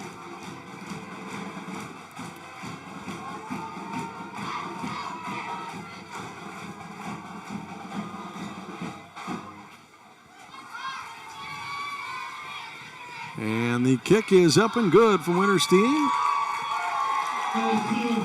Pretty good kicker for the Fishermen. Puts another point on the board, and the Fishermen cut this one down to 20-7. Minute 33 still left on the clock in the half. And the Fishermen will have to contend with a high-powered Scappoose Indians offense, and we'll see exactly what Scappoose is able to do here. With the lack of rain, they may try to go to the air a little bit, see if they can't force the issue with a minute 33 and a couple of timeouts still in the pocket. Yeah. We hear they're a passing team. They seem to be pretty decent at the run. I tell you what, they've got some size indeed. 6'5" receiver, 6'5" receivers, and 6 foot plus. If you got that kind of height and speed on the outside, you try to take advantage of it as you can. Air them out. The Fishermen line up to kick this one off. Winterstein will be doing the duties. The Scappoose Indians coming off their win against Tillamook, a big one, holding on to the top spot in the Quappa League, or the Special District 4, or whatever we call this thing now. We call it the Quappa. I think it's Special District 1, isn't it? One of these days I'll learn it. Special District 1, 4A, SD1. There we are. Rolls off the tongue way better than Quappa, right? Rolls off the tongue-ish. Winterstein lines it up. Here's the kick, and it is a low line drive, a spinner, and it's going to bounce into the return man at the 20, coming around to the 29-yard line on the sideline, far sideline on the Scappoose side. And checking in on the World Series, they are now in the bottom of 7, 11-4. The Blue Jays thumping the Dodgers. Yeah, Dodgers dug a couple extra out, though. They might have had too many days off. Yeah. They didn't get a game 7. 1:28 to go here in the half, and the Fishermen trail 20-7. And on defense, we'll try to get another stop as the Indians come to the line of scrimmage. Quarterback Kessie rolls out, looking this way, and hits his receiver. Nearly picked off by number 51 of Astoria. Good job by Shacker coming up from the defensive back position and laying into the receiver at the catch. Olson was making the catch, and Shacker hit him, and the ball popped out of there. Like Bob said, the ball hung up in the air just about long enough for a Fisherman to snatch it and come away with a pick. Number 51, James Dornan. So instead, with 3 receivers out to the right, Kessie will look this way, get a little pressure, and avoid the tackle in the backfield. Colt Kelly trying to chase him down, and he runs him out of bounds and forces a bad throw. So 2 incompletions in a minute 12 and 3rd and 10. Have your Coach Rube, you got to start thinking. Yeah, maybe you send that blitz a little bit. Maybe you get the ball back here. Yeah, exactly. Maybe you have a chance to cut this to 14-20 before half. That'd be huge. I mean, we're playing a lot of what ifs here, but as a coach, you got to start looking at the scoreboard, the timeouts, and the thought process going here. Yeah, if they're going to run that hurry up, we'll take that clock. If they're going to get incomplete passes, you bet you we'll take it. Kessie calls for the snap. He's got 3 receivers out. He's going to look down the middle, and this time it is handled. Beautiful catch. Right in front of Shacker. Shacker makes the tackle, but at the 50-yard line, it is Olsen who comes up with the catch, and the Indians right back up on the ball. And now 1st and 10. Kessie looks. It's handled, and great job by the Fishermen to rally to the ball. It'll be a short 2-yard gain, maybe 1. See if they give him enough forward progress, but for the receiver for the Indians, you get down. The Fishermen are coming, and the second guy's coming for the ball. They gave him 3 yards on that. Good pressure by Bally. Ball is out. Ball's on the ground. He's got it. After the reception, the Fishermen are able to strip the ball. Gore comes up with the fumble recovery. Great job by the quarterback for the Indians to get the ball out to his receiver. The receiver trying to snake past the defender, gets it ripped out, and Gore is right there to lay on it. So with 2 timeouts and 38 seconds and the ball at the 40-yard line, the Fishermen have a little life breathed into their offense. They're going to have a few plays to make this happen. We've seen them do it before. They've got some speed and some potential. We'll see what they can come up with here on offense. Coach Rube is going to call out. He needs at least 1 or 2 good big plays here if he can come up with them. Of course, you got to protect your quarterback. So the Fishermen will send out 3 receivers and keep 2 defensive weapons in the backfield for his quarterback in the form of running backs. And Scappoose is now, we're going to talk about this one. So Coach Rube using 2 running backs as defenders. You watch for one of them to leak out, but definitely you're keeping 2 guys there because if they send the blitz, you want your running backs in the backfield. If they blitz this side, you pick him up. If they blitz this side, the other side, you pick him up. And if they don't blitz your side, leak out for the pass, leak out for the dump off if necessary. But you're keeping 2 defenders back there just to help chip or to help protect. And you're hoping you can get it done with the 3 receivers spread out. Yeah. Big turnover by the Fishermen. We knew that's what this game was going to come down to, is collecting turnovers and making sure you don't do. Yeah, and the weather, definitely not the factor on that one. No, it's fairly comfortable. It's, again, rain is not falling. Wind is calm, and I think I'm reading somewhere around, I lost it here at some point. I got you, it's 50 degrees. 50 degrees. I was going to say, I think it was, 51 or 2 when we kicked off. Not a breath of wind either. It is comfortable, for a late October fall evening. It is a good one here at CMH Field for the Fishermen and Indians as they battle here at CMH Field. This time the Fishermen are going to send 4 receivers out. Just 1 running back stays in. That is Jack Johnson with Shacker. He's got him on his left hip. And out of shotgun. Here's the snap, the fake handoff. Shacker is going to keep it. And the quarterback keeper is only going to get about a yard. They better call that timeout here in a second. And there it is. Coach Rube calls the timeout to the official right here on the sideline. He's got 2. He's got 1 left. And with 28 seconds, Coach Rube thinking maybe they can sneak something out with the quarterback draw. But the Scappoose Indians were not fooled at all. No. They've been reading that QB sneak real well tonight. And the danger with calling that play at this point in the game, if you're trying to sneak something out, you need about 60 yards for pay dirt, and a quarterback draw is a risky business. You can get 30 out of it, you can get nothing. Yep. So this time they got basically nothing as the Indians were there. A 1-yard gain. Well, in the normal confines of the game, you just go, okay, they got that one sniffed out. But when you're limited in timeouts and time, 1 yard is not the big play you were looking for. No. Fishermen come to the line of scrimmage after the timeout. 2 receivers on either side. Shacker in the backfield along with Jack Johnson. And this time Shacker's going to look. He's got a receiver out to the right, and get the catch is Winterstein, and he's got him towards the sideline. It'll be a first down. They'll move the sticks. That'll stop the clock long enough to move the sticks. And then it'll be a matter of whether they decided he was in or out, whether it stops the clock for the play. He was out. First down indeed. So they're across the 50 at the 47. And that is one pretty good size play the Fishermen need. Need a couple of chunk plays here to try to get something before the half. The Fishermen can definitely change the momentum of this game if they can end up just down by 6 going into halftime. Yeah, they sure can, especially since they're going to be kicked to. Fishermen, 4 wide receivers. This time it is Johnson in the backfield with Shacker. Calls for it, moves Gore in motion. They fake the handoff on the jet sweep. This time trying to swing it out to Gore and missed. Yeah, Gore wasn't looking for that play. And so it'll be 2nd and 10 with 17 seconds left on the clock. Trying to get Gore on the swing pass out in motion. And it's not a terrible play. It's one where Gore can use his athleticism and speed while already running and at full speed to just keep going. Yeah. You know, that is the hesitancy with a screen play or anything like that. A lot of times your running back or your tight end, if you're trying to run one of those screens, you know, they're stopped, they're turned around, they're kind of just waiting, and then they got to get their speed going again. Swing pass like that to Gore, he can use his athleticism and speed to just keep going. It doesn't connect, and so the Fishermen come up to this 2nd and 10 with a receiver out to the right, the rest to the left, and Shacker's going to roll that way. And look, he's got a receiver coming back. Was it a catch? Great catch. Or is it on the ground? It's a catch by Gore. Excellent. At the 32-yard line.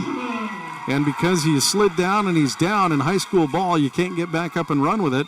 So the Fishermen can get back on the line of scrimmage with 8 seconds to go. Shacker looks, he's going middle of the field, and it's tipped away. Number 1 jumps in front.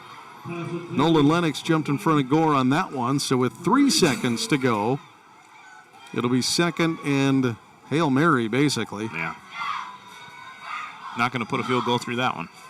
I don't think Winterstein has this in his repertoire. No. And that is nothing against nothing against him as a kicker. Not a lot of high school kickers are going to kick 40-plus yarders. So what you're probably going to see here, like I said, 2nd, it doesn't matter. And honestly, 2nd down doesn't really matter. No. With 3 seconds to go, this will probably be the last play of the half. And so the Fishermen will look for everything or nothing here.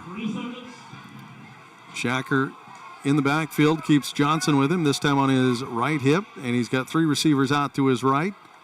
And he's going to look, roll out to his right, find a little space, throw a medium pass, and it's not going to land, and that'll do it at halftime. The Fishermen trail in this one 20-7. Little pressure there forces Shacker to throw the ball sooner than I think he wanted to. And so we head into the halftime with the Fishermen trailing 20-7.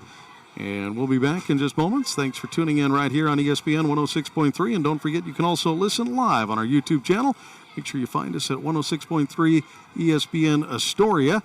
And you can like and subscribe and follow us all season long as we get ready to bring you basketball and softball coming up too right here on ESPN. Be ready for your future with Clatsop Community College. Take college-level classes at CCC while still in high school and transfer them to a university when you're ready.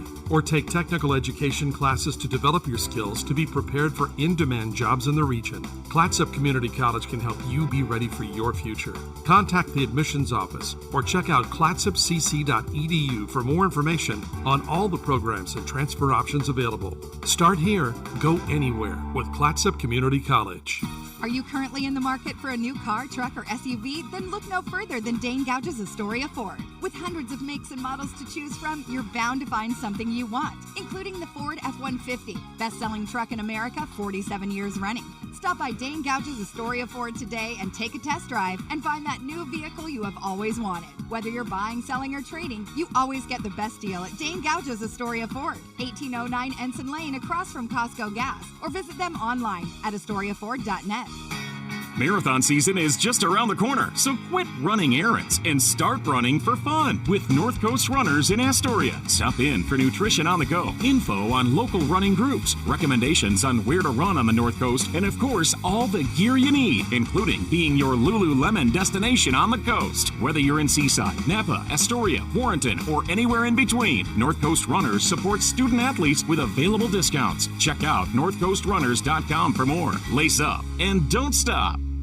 Hi, I'm Renee, contractor and owner of Lucky Duck LLC. Since 2011, we've provided Clatsop and Pacific counties with professional HVAC duct cleaning and dryer vent system cleaning, residential and commercial customers. Call me, 503-717-2231. Lucky Duck with a T, LLC. Your HVAC contractors. Clatsop and Pacific counties. Residential and commercial. Trained and professional technicians. Visit us online. Lucky Duck with a T, LLC. Joe's Mobile. Fuel, diesel, groceries, snacks, beer, propane, hunting and fishing licenses, firewood, and so much more. 1701 Marine Drive in Astoria. Coming in, going out, or passing through Astoria. Joe's Mobile is your one stop where the people are friendly and the store is stocked with everything you need. All debit, EBT, and credit accepted. Joe's Mobile. Mobile Synergy Fuel and Diesel. Pump your own 24 hours a day at Joe's Mobile. Wait for it. Joe's Mobile. Hungry? Thirsty? Craving something delicious? Get to the Peter Pan Market and Deli in Astoria. They've got your cravings covered, from fresh sandwiches and salads to gourmet coffee and snacks. The deli is stocked with hand-picked ingredients, ensuring the highest quality in every bite. Need groceries? You're covered there too, with a wide selection of necessities and locally sourced products. The Peter Pan Market and Deli at 712 Niagara Avenue in Astoria. Visit online at peterpantogo.com for online ordering options. Taste the difference at Peter Pan Market and Deli. You're listening to Astoria High School Sports on 106.3 ESPN Radio. Here at CMH Field, Bob and Rob calling the game for you. I'm Rob. Bob is joining me once again. Yeah. I tell you what, we've had a fun season for the Fishermen so far. Yeah, sure have. Had a couple of exciting ones, and tonight, another tough team. They got two teams in the Co-op League that are just... We knew when the schedules came out. They're they darn were gonna tough. Be tough ones. They were not impossible, but it's going to take a lot of work to make it happen. And Astoria in the last quarter here really showed that they may be able to do this. You know, they came up with a great stop, a turnover, and got the ball back, and they made a couple of plays. You know, they ran into 26 seconds is what they ran into essentially to end the half, but they were able to make a little noise and, you know, give them another couple of minutes and they might have been able to extend that drive. You know, they went for it on 2nd and 10 from the almost 40 yards trying to get the score. Yeah. You know, give it a few more minutes and a different change of pace, they might have been able to come away with points. They could come with some more points and close this to a one-score game. Exactly. Instead, what we have is a 20-7 ball game, and the Fishermen have come away with some a little more resiliency after the Scappoose Indians got the ball. And, you know, this quick-paced offense, it's kind of deceiving because it's not the traditional hurry up. No. It's kind of the just go to the line of scrimmage, get the play call, and go.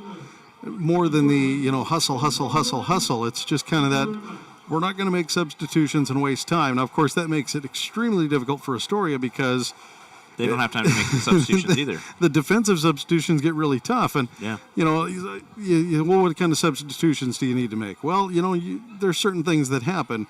When it's 3rd and short, you tend to go with a little heavier defensive lineman. You try to go with a little more muscle in certain situations. You try to go with a little more speed and space when it's 1st and 2nd and, you know, maybe 10. Yeah, they're just different personnel packages. Exactly.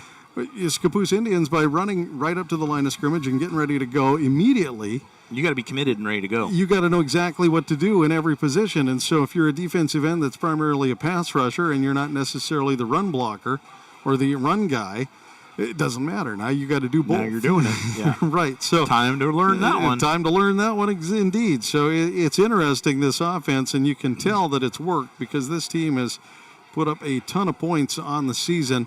Is like I said earlier, they have scored 56, 48, 37, 44, 35, 50, and 39. This team has put together a pretty darn good team of wins, and I tell you what, a 6-1 facing a 3-4, and we kind of joked a little bit, and Rube was talking about it. They're 15 seconds away from 5-2. It's legit. It's true. This Astoria team is a better looking 3-4 squad than I think teams expect, and they're finding a fight tonight here. The Scappoose Indians are. We're going to step away and give you a chance to watch some baseball highlights. I tell you what, it's still not over yet, Rob. We're at the top of the 8th. It's 4-11 with 2 outs. And the Toronto Blue Jays exploded and jumped ahead 11-4 at this point in this ball game. And we're going to come back here, get ready for our second half. Senior night at CMH Field as the Fishermen battle the Scappoose Indians on ESPN 106.3. Hi, I'm Renee, contractor and owner of Lucky Duck LLC. Since 2011, we've provided Clatsop and Pacific counties with professional HVAC duct cleaning and dryer vent system cleaning, residential and commercial customers. Call me, 503-717-2231.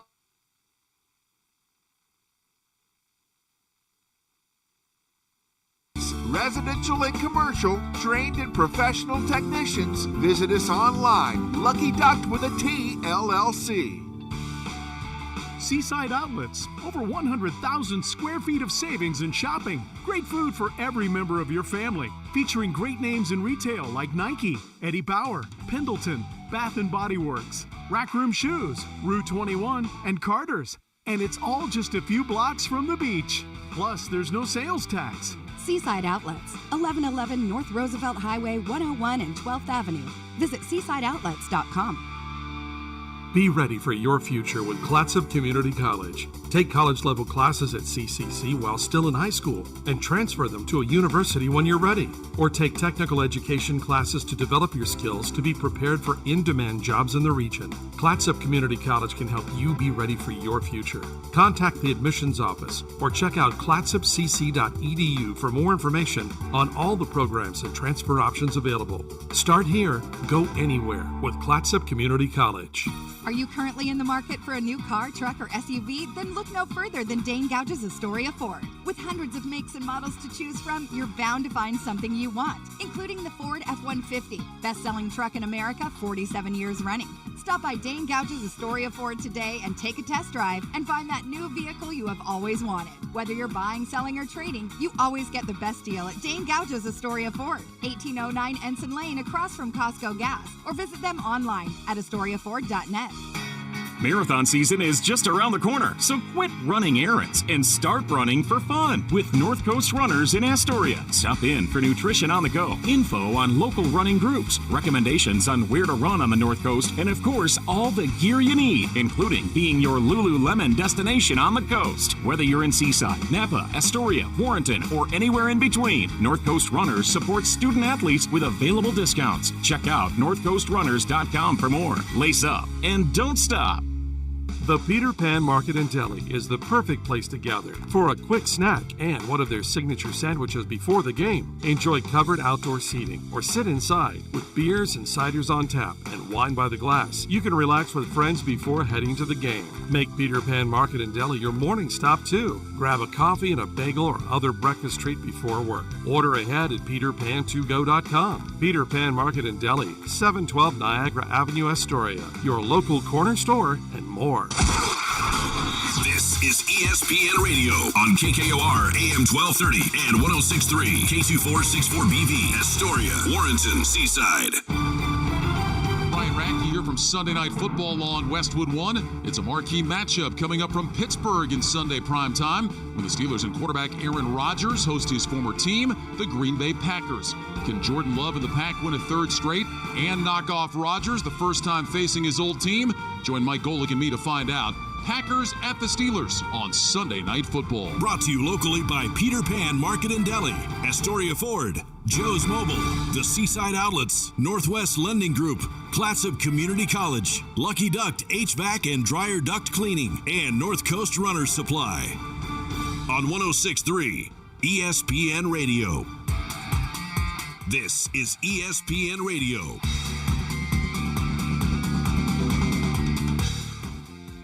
Back here at CMH Field, it is the Fishermen and the Scappoose Indians battling in a Co-op League tilt, and the Fishermen and Indians are in a 20-7 football game here at CMH Field. It is the Indians with the lead. the Scappoose Indians making the long drive down the road to get here to Astoria. And tell you what, the weather has shaped up a little bit. It sure has. I did not expect this when we got here. No, when we first started, we had a pretty good rainstorm kicking in, and I was afraid we might see that one last till about 8 o'clock or so, but it looks like it's tapered off. Yeah, it's been real quiet here, and wind not an issue because that was picking up as well. Of course, they're calling for 70 mile an hour here in a few hours. Right, it's going to stay calm here for a little while, and then overnight it's going to pick back up again. So be on the lookout for weather conditions around Astoria and the area. And so far tonight, though, not too shabby. And like we talked about with this field, it dries quick, and it's a pretty good playing surface. I would say that in all reality, conditions haven't played really much of a factor. They're not that different than they were last week at this point. Right, exactly. And, the worst we've seen was probably the first half all year long as far as weather conditions, and that was pretty much no wind and just a lot of rain. Yeah, it's because it's Seaside's homecoming tonight, and that's usually when we're down in Seaside, and, we usually play Seaside for their homecoming, and we didn't get that honor this week. But the rain's still there. We get a little rain for that game. Yeah. As we are here at CMH Field, just a few short minutes away from kickoff, and once again the Fishermen trail this one 20-7 against the Scappoose Indians. The Fishermen will get the ball back to start the second half, and they made a little noise at the end of the first half, coming away with a turnover. Just couldn't quite get it all the way down the field with 26 seconds left to go and a couple of timeouts. They couldn't muster the yardage they need to make some effort, or to make some points. But good effort by the Fishermen to end the half, indeed. And that's got to give them some good momentum coming out for the second half. Yeah, they're going to start off with the ball this quarter, and we'll see what they're able to do with it. Hopefully, be able to do that, get another turnover, and get another shot at it, and tie the sucker up. All of a sudden, they're right back in this thing, right? Yeah. It's just like that. First things first, though, we got to come out at halftime and take care of the ball and see what we can do with it. We're going to take another quick timeout. We should have the second half kickoff when we return right here on ESPN 106.3. Joe's Mobile in Astoria, the home of mobile synergy fuel and diesel. Also, last-minute groceries, snacks, cold beverages, hunting and fishing licenses, propane, firewood, and so much more. Pump your own fuel during overnight hours or get friendly full service during regular daytime hours. EBT and all credit and debit cards are accepted. Fuel and diesel, 24 hours a day, 7 days a week. Get your mojo on at Joe's Mobile. 1701 Marine Drive in Astoria. Seaside Outlets, over 100,000 square feet of savings and shopping. Great food for every member of your family. Featuring great names in retail like Nike, Eddie Bauer, Pendleton, Bath & Body Works, Rack Room Shoes, Rue 21, and Carter's. And it's all just a few blocks from the beach. Plus, there's no sales tax. Seaside Outlets, 1111 North Roosevelt Highway 101 and 12th Avenue. Visit seasideoutlets.com. Be ready for your future with Clatsop Community College. Take college-level classes at CCC while still in high school and transfer them to a university when you're ready. Or take technical education classes to develop your skills to be prepared for in-demand jobs in the region. Clatsop Community College can help you be ready for your future. Contact the admissions office or check out clatsopcc.edu for more information on all the programs and transfer options available. Start here, go anywhere with Clatsop Community College. Hi, I'm Renee, contractor and owner of Lucky Duck LLC. Since 2011, we've provided Clatsop and Pacific counties with professional HVAC duct cleaning and dryer vent system cleaning. Residential and commercial customers, call me 503-717-2231. Lucky Duct with a T, LLC. Your HVAC contractors. Clatsop and Pacific counties. Residential and commercial. Trained and professional technicians. Visit us online. Lucky Duct with a T, LLC. Are you currently in the market for a new car, truck, or SUV? Then look no further than Dane Gouge's Astoria Ford. With hundreds of makes and models to choose from, you're bound to find something you want, including the Ford F-150, best-selling truck in America, 47 years running. Stop by Dane Gouge's Astoria Ford today and take a test drive and find that new vehicle you have always wanted. Whether you're buying, selling, or trading, you always get the best deal at Dane Gouge's Astoria Ford, 1809 Ensign Lane across from Costco Gas, or visit them online at AstoriaFord.net. Hi, folks. These sports teams that we follow pride themselves on a long tradition of excellence. The same goes for the place you choose for your home loan. Northwest Lending Group is one of the longest continually operating mortgage lenders in Clatsop County. We've been here over 20 years. I invite you to give us a try. Let us show you you how we've earned over 98% customer satisfaction rating. Find us at 1227 Commercial Street in Astoria, by phone at 503-325-4116, or apply online at nwlendinggroup.com. Northwest Lending Group is an equal housing lender. NMLS 1469420, ML2891. You're listening to Astoria High School Sports on 106.3 ESPN Radio. Once again, back here at CMH Field, I'm Rob Kovacs, joined by Bob Wilkie. One half is in the books for this game between the Astoria Fishermen and the Scappoose Indians. The Indians go into halftime leading 20-7, and we are getting geared up for the second half kickoff. The Fishermen will receive, and the Fishermen made a little noise at the end of the first half. Unfortunately, they couldn't turn it into points. They came away with a big turnover as Scappoose's eyes lit up when they got the ball, and they might have a chance with a couple of timeouts and about a minute and 30, minute and 20 to try to get something out of it, and it just couldn't muster anything as the Fishermen were able to strip the ball away after a reception, able to get the ball back and trying to make some noise, and they got a few yards. They got about 15 or 20 out of the half, but with just a couple of timeouts in 20 seconds, they couldn't come up with enough yards. 20 yards doesn't leave many plays on the clock. No, it does not. So, unfortunately, the Fishermen do get that turnover. They couldn't turn it into points, but what they do have is maybe a little momentum with the ball set to go their way here to start the second half. Yeah. And that is a big key, of course, momentum in most of these contests in high school football. They're emotional young kids, and momentum can go a long ways, and they know they can hang with these guys. They may be down on the scoreboard 20-7, but all of a sudden you're just 2 scores out of things. So all you got to do is just take care of your job, right? Do your job. It's the old Rube do your job T-shirt. Yep, exactly. Everybody in the crowd got one of those. I think I know Dane has one. I hope he's got it on. I hope he's sitting at home or wherever he happens to be sitting in the hot tub with his do your job shirt. Just saying it. Do your job. Do your job. You do your job. Yep. I'm sure Dane is enjoying his hot tub and a Bud Light Lime with his do your job shirt on. And if he's not, Why he should be. Why isn't he indeed? He should do his job. I'm sure I'm going to catch some flack for that when they come in to do the coaches show next week. Don't forget, you can catch Coach Rube and Dane Gouge as they break down the latest in Astoria sports. And one thing we haven't touched on tonight, and that is something very cool for Astoria. Although they are ranked number 9, the Astoria volleyball team is going to collect some hardware as they are the volleyball champs, an undefeated league record as they wrapped up against St. Helens 3-1. They're going to get one on the scoreboard, or at least one game on the schedule late. Klotz-Kenai, they're going to add that one coming up Tuesday on the 28th at 6 o'clock, and they'll host that one. But as far as the Coapa League goes for volleyball, congratulations to the volleyball squad. They finished a perfect 12-0, 15-5 overall. That's awesome. And sets won 47, sets lost 14. And unfortunately, that gives him a OSA ranking of 9. There is some tough competition if that's the kind of that's the ranking you get with that record. Right. It's must be strength of schedule. Tillamook, Scappoose, Seaside, not necessarily extremely strong opponents, so maybe those factor into the rankings a little bit. But one way or the other, as you look at that and you think, well, that's not fair. That's not fair. It's not, maybe.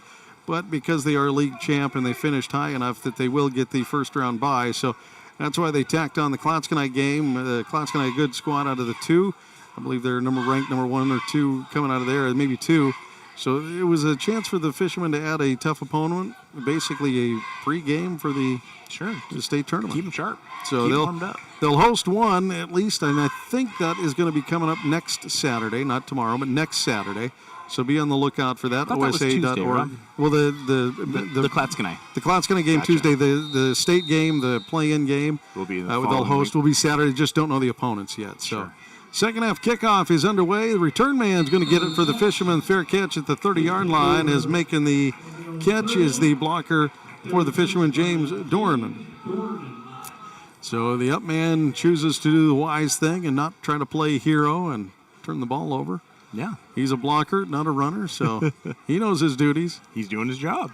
31-yard line is where the Fishermen will take it over. And once again, just want to reiterate their congratulations to the softball squad. Keep an eye on OSA.org to find out who and when they play next as far as the league and bracket is concerned. They do have the one game coming up on Tuesday, 6 o'clock against Klatskanai. You can catch that one at the Fishbowl. Fishermen under center, and Yates is going to get it out of the I formation and scoot all the way down to the 35-yard line. Gain of 4. As the Fishermen have found some success in that I formation. We haven't seen it a lot this season, but they found some success here against the Indians. Yeah, it seems to see, Rude must see something that's working, and yeah, they're getting carries about 4 to 6 yards and making that ground game work. They've completed a couple of passes out of it as well, so he's going to go to it from time to time. Here he's going to go back to the spread as he sends out Gore and I think Winterstein. Nope, he's going to go back to the I formation. Just gets the late communication to his receivers. Goes under center, Shacker does, out of the I formation. Snap the ball. This time he's going to look to pass. He has protection. He's going to look this way for Gore and overthrow him on the sideline in double coverage. Shacker took a hit there making that pass. Yeah, he did. He's bouncing up a little tender on the one leg. Coach Rube arguing with the official that he wants something, and I'm not sure what exactly he's asking for. Late hit, pass interference, milkshake. I really don't know what he's asking the official for. It wasn't a terrible argument. It was just what's the communication here? And talking for it, yeah. It's sometimes that's what coaches need to do. They just got to lobby. Yep. And that's kind of what that one was. I think it's just lobbying for something. Maybe a late hit or a defensive hold or something of the nature. Fishermen now 3rd and 6. Shacker goes back under center. This time they send both receivers to the same side. That is the left side. That is Gore and Winterstein, I believe, over on that side. And Yates is going to get it up the middle, and he'll find some yards to the 40, maybe just a little bit past. He's going to be just inches. Just a little shy. Really close. The official walking in from the side says he's short. If he is, it ain't by much. The other official says, yep, nope, not quite. There he is. They just gave it to him. Nope, there it is. They do give him the first down. I thought for sure they were going to back that ball up just enough. The Scappoose Indians don't like it. The Fishermen sideline does, and it's a 1st and 10 for the Fishermen. At the 41-yard line, it's 1st and 10. Shacker going back under center under the I formation. It's Gore and Winterstein. On the outside, handoff up the middle. This time it is It's going to be Yates again. He's going to be for another 4 yards, 3 yards, I think. Yep. The offensive line there, that is number 51 for the Fishermen, James Dornan. And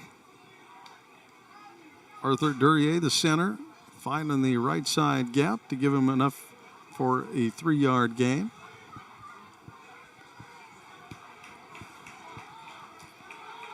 Shacker coming back into the game for the first time this season, or at least the first time I've noticed, wearing the Halo helmet this year, or for this game this year. Seeing more and more of those. Under center, I formation. And this time he's going to look to throw. He's got Gore on the sideline, and Gore's got it at the 34. Yeah. They're going to mark it at the 36. 36-yard line down the sideline. Gore finds a little gap. Stepped out of bounds, knocked out of bounds at the 36-yard line. 1st and 10 for the Fishermen. Great hookup on the sideline between Shacker and Gore. Gore's got the athleticism and speed to get down that sideline, and he found just enough of the zone, and Shacker laced another great throw in. Amazing. So here we go, 9:38, 1st and 10. Fishermen moving out of the I formation. Shacker goes under center, turns, hands off to Yates. Yates is going to find 4 or 5 yards. We'll see where they mark the progress. Rolled forward for a couple. I think they're going to give him 5. And they do. 4.5 at least. Yeah. And the defensive subs for the Indians bring in a couple new interior defensive linemen. Maybe to try to contend with this high formation. They've had some trouble against the Fishermen now already. Maybe trying a different combo up front. They go once again into the I formation. Shacker gets it, hands off to Yates, and Yates bounces this one and gets creative. He was initially stymied on the right side, but Some nifty footwork. Keeps his knees moving. He'll gain 4. It'll be short of the first down, but he turns a 1-yard loss into about a 3-yard gain. Yeah, that was talent. That was a great job by Yates. Keep his shoulders square, his feet moving, and get forward. Fishermen, once again, utilizing the I formation. And this time they send their receivers out to the left. A dual receiver threat that way as Shacker gets the ball, goes for the quarterback sneak, and he'll have the first down to the 25. Needed a yard, got 2.5. Yeah.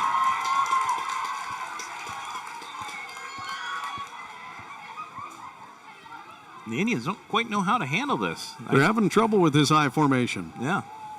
The Fishermen have found it in the second half, or the second quarter, and have carried it over here to the second half. And, well, it is time-consuming. It's also moving the ball. It sure is. If they can end up with a score here and a stop, they've found something that so far is working against the Indians. And not many teams have found that. No, they have not. Shacker once again under center out of I formation.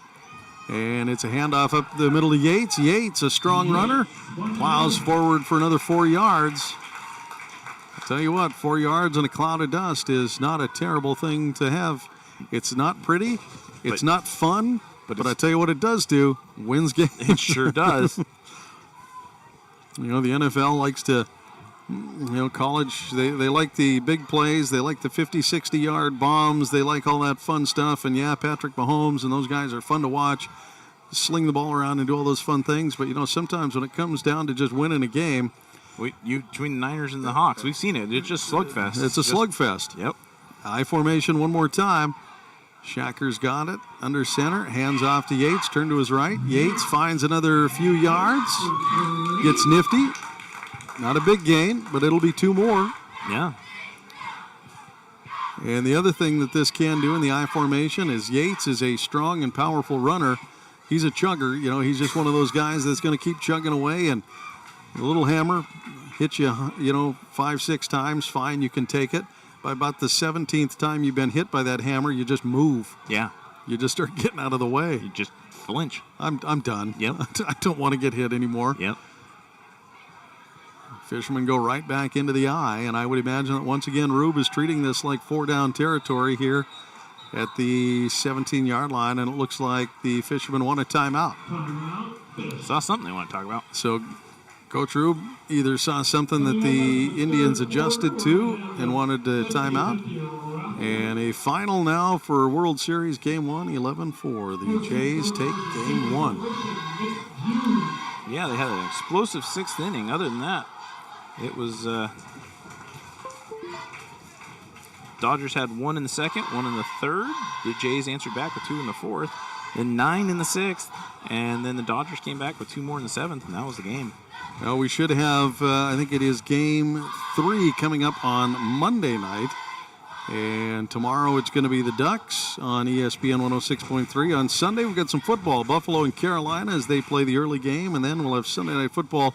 Should be an exciting one as Aaron Rodgers returns to face Green Bay. All right. So Green Bay and Steelers square off in Sunday Night Football. And on Monday night we'll have Game 3 of the World Series here on ESPN. And then we'll have to just wait around and see what happens. Game 4. Game 5 will show up maybe on Wednesday. Got the Kraken coming up on Tuesday. A lot of sports on ESPN 106.3. Make sure you tune in and catch all your favorites. And, of course, Astoria High Fighting Fishermen football as they continue this drive. 3 and 4, 3rd and 4 after the timeout. Run up the middle. It's going to get some yards, maybe not enough for the first. It'll be close depending on forward progress. But I have a feeling that Coach Rube is treating this like 4-down territory. If he's willing to run the ball there, yep. You're just trying to find the gap, and they got a little bit. It'll bring down a 4th and 2. And they're going to line up for the field goal. So Winterstein will come out. I thought for sure he was treating this like 4-down territory. Wants to try to cut this to a 10-point lead. Ball is down. Kick is low. Blocked. Maybe blocked, partially blocked, and so it's going to be no points and no result for the Fishermen. And 5:31 on the clock in the third quarter. The Indians will retake the ball on a turnover on downs after the missed field goal. Winterstein, a reliable extra point kicker. We haven't seen him kick a ton of field goals. And that one, somebody got their hand on it. It was low and got no good. Their face on it, Rob. Player 9 for the Indians got his face in there.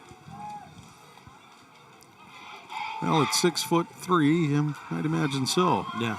Run up the middle is going to get quite a few yards here for Biggs as he finds some space and gets close to the 30. Be a few yards short of the first down, 8-yard gain. Moving the pile. And once again, the Indians come right to the line of scrimmage. Even with the lead, they are not running clock. Oh, bad snap. Bad snap over the quarterback's head. He's trying to track it down. He will way back at the 6-yard line, 7-yard line. A huge loss on second down. The Fishermen get bailed out there as that ball sailed over Kessie's head. He did a good job of running it down and just falling on it. That's all you can do at that point. Trying not to get cute and pick it up. And the Fishermen, it was so quick, the Fishermen didn't have a chance to get back there and handle it. So it's going to be a loss of 19, third and nearly 20. This time, he has the snap. Fakes the throw one way, comes back the other way. Finds his receiver on the sideline. And driven out of bounds by Shacker. Good wrap up and tackle. Yeah.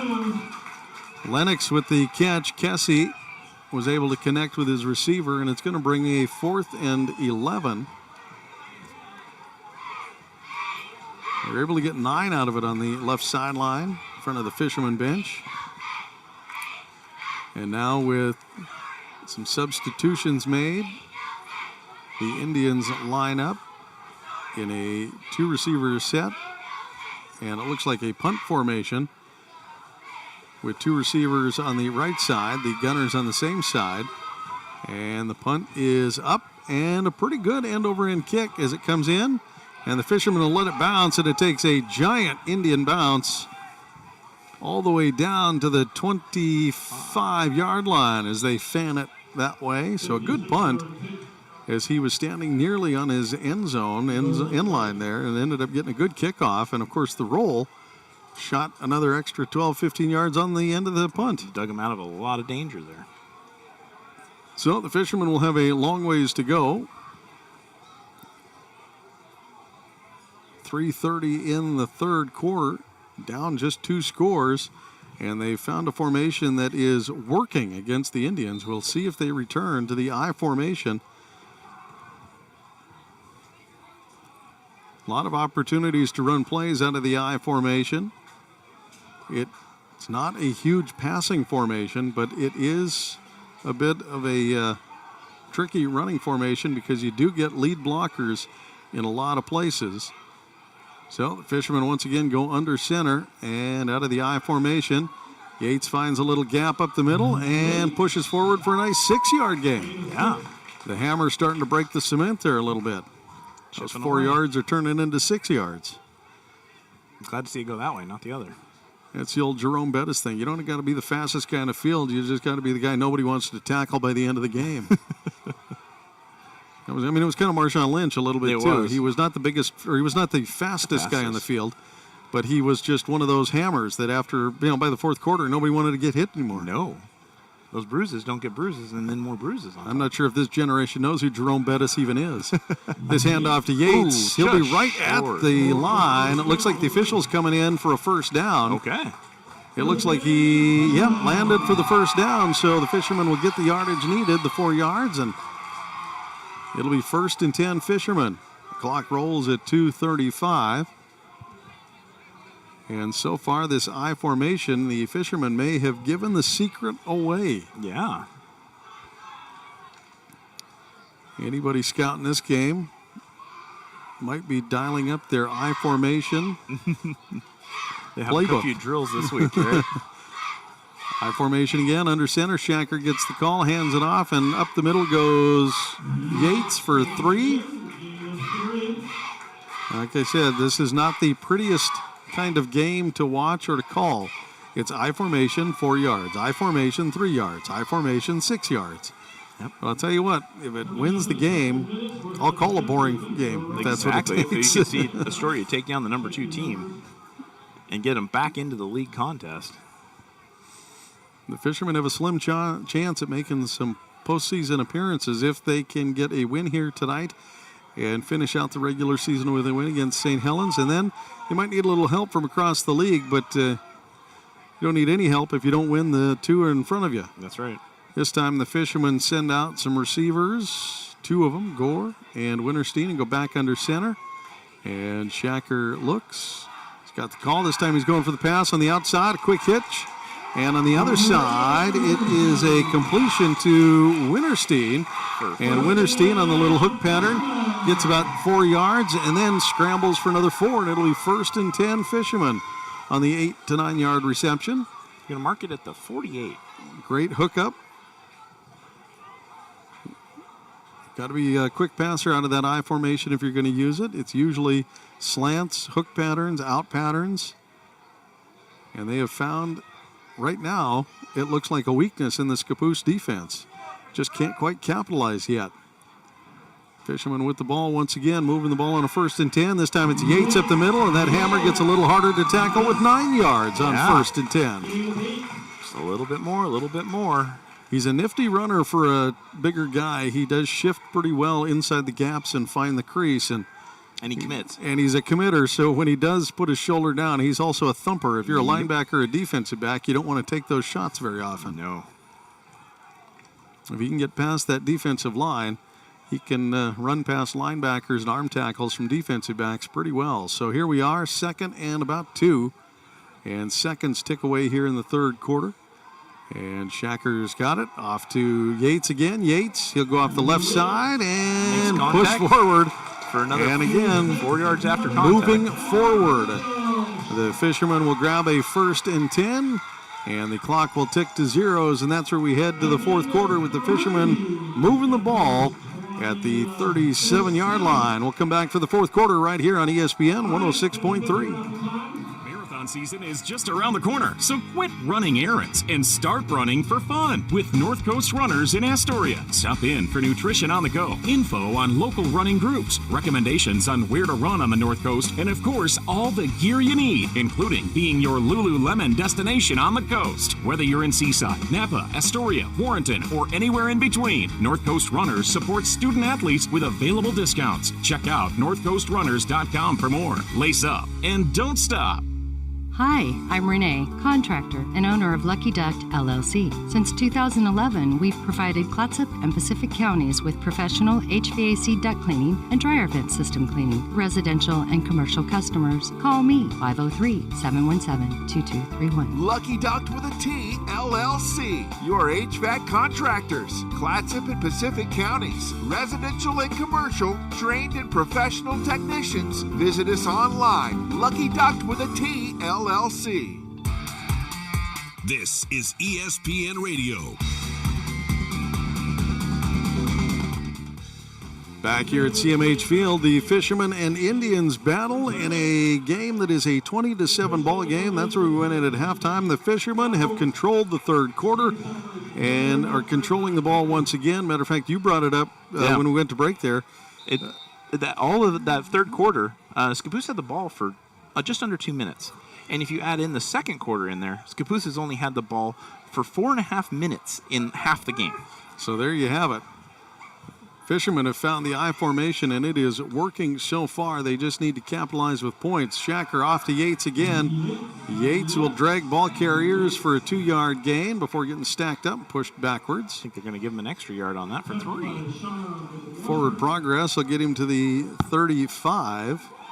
I think you're right there, Bob. Yeah.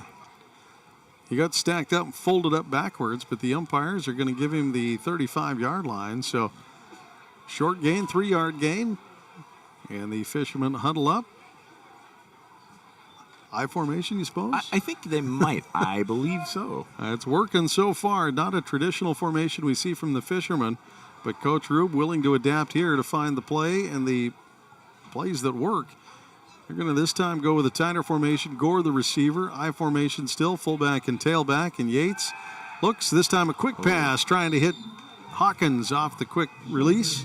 And Hawkins got held up just a little bit, and Shacker overshot him a bit. Bring up about 3rd and 7 for the Fishermen. And just a oversight there. Hawkins couldn't quite break off the line. 2 steps away from having that. He had some green grass in front of him, too. Yeah, it would have been about a 3-4 yard pass, a little quick hitter, but boy, oh boy, he had a lot of open space in front of him. Yeah. So here we go, Hawkins in again on the outside, and it's going to be Winterstein and Gore. Winterstein goes all the way out, 2 wide receiver set. And under center again, I formation. Shacker has it, off to Yates. Yates goes up the middle and fights. Fights again, gets free. And gets all the way down to the 31, maybe the 32. The official walking in says not quite. Inches if it. No, they're about a yard shy. It looks like they're going to be about a yard shy as Yates was stopped almost dead to rights after a yard, spun out of it. And like we said, he is a tough runner. They're calling timeout? Nope, they decided not to. All right, so here we are, 4th and 1. The Fishermen are huddling up. The Indians have their big guys in defensive tackles. Let's see if they stack up the inside. They do bring the linebacker right up over center. And the Fishermen once again under center. This time go into an H-back formation. 3 wide receivers. Shacker is calling for it, trying to get him to jump off sides with some creative movement. And there's a flag for delay of game.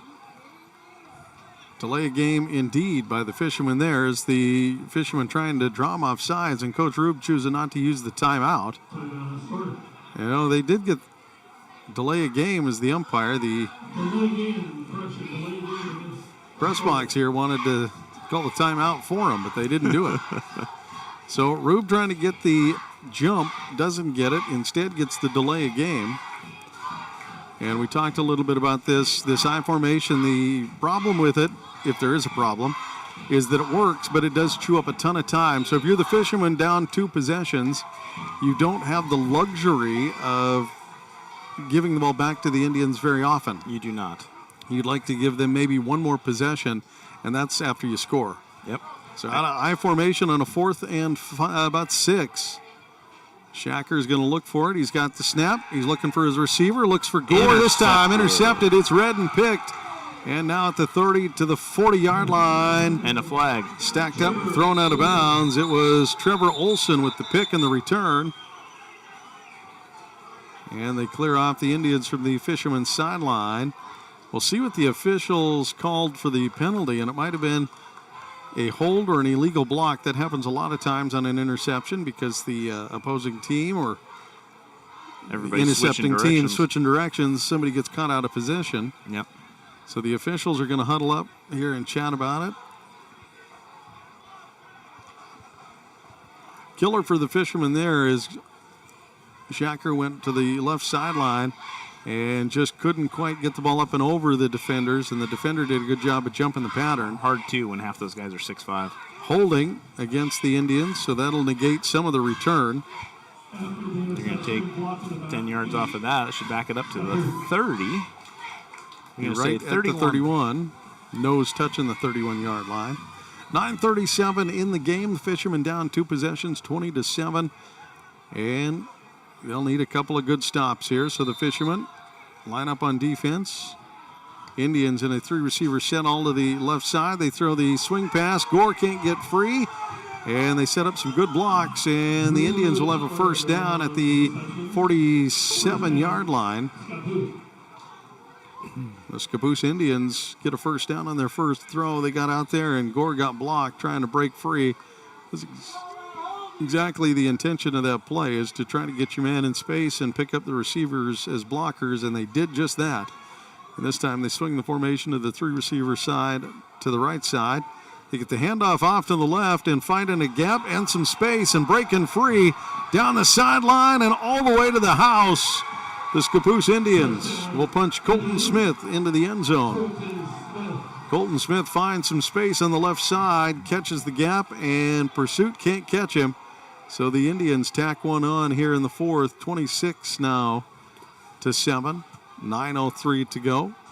I was just going to say, Rob, that Astoria has held them to the fewest amount of points this season. So far. But, I mean, there's still some game left here. So far, Astoria's defense has held them to their lowest output yet. Yep. Before that, it would have been 35. That was a 35-21 win against Seaside. Go for 2 here. They look to throw to the right side and off the hands of the receiver, so it'll stay 26. Morrow out there to try to get in the way and deflect the pass. Couldn't quite get connected on the little swing out to the right. So the Fishermen will receive the kickoff and try to make up some more points. And it's going to be hard if they want to try to run that I formation, which has been working for the most part up and down the field. They've been able to march the ball pretty successfully. But like we talked about, it is a time-consuming offense. It sure is. With 9:03 and 3 possessions, you start doing the math on what you need to score in and what you got to get the ball back to them in. And that style of offense is not necessarily effective. No, there's definitely some downsides at this point in the game. But stranger things. Exactly. We've seen a hook and ladder win a game before. Mm-hmm. We sure have. Scappoose Indians lining up to kick it off. Get the ball from the umpire. And he'll rub the nose of the ball into the pebbles and then set it down. In the old days, you were just rubbing some dirt on it. I think that's just tradition, now habit. Exactly. Yeah. Traditional kickoff formation here as the ball is up and bounces in front of the return man. And I think that's Johnson trying to change directions, and he'll get just a few yards. 27, maybe 5-yard return. Shook the first defender coming down, but problem with that is there's usually about 9 to 10 more coming right away. There's more, yep. Usually 9. I don't see the kicker coming The in too kicker often. usually is your safety valve, so you tell him not to necessarily scream down the field. Typically, he's holding back, just trying to play safety valve. And with just under 9 minutes to go here, Fishermen take possession at the 28-yard line. And we'll see what Coach Rube decides to do here, as he looks like he's going to go back to his traditional sprint offense. Receiver to the right, 3 to the left, and Shacker in shotgun. Calls for it. He's got it. Looks right away. Got Gore. Almost had Gore on a fly pattern for the inside route. Just missed him by a foot as Gore shakes past the defender, but could not get hooked up with Shacker. And had they hooked up, the safeties were all gone, and Gore had a house call. Yeah. Running the play in for the Fishermen this time around is Cody Johnson. Shacker now comes back to the huddle.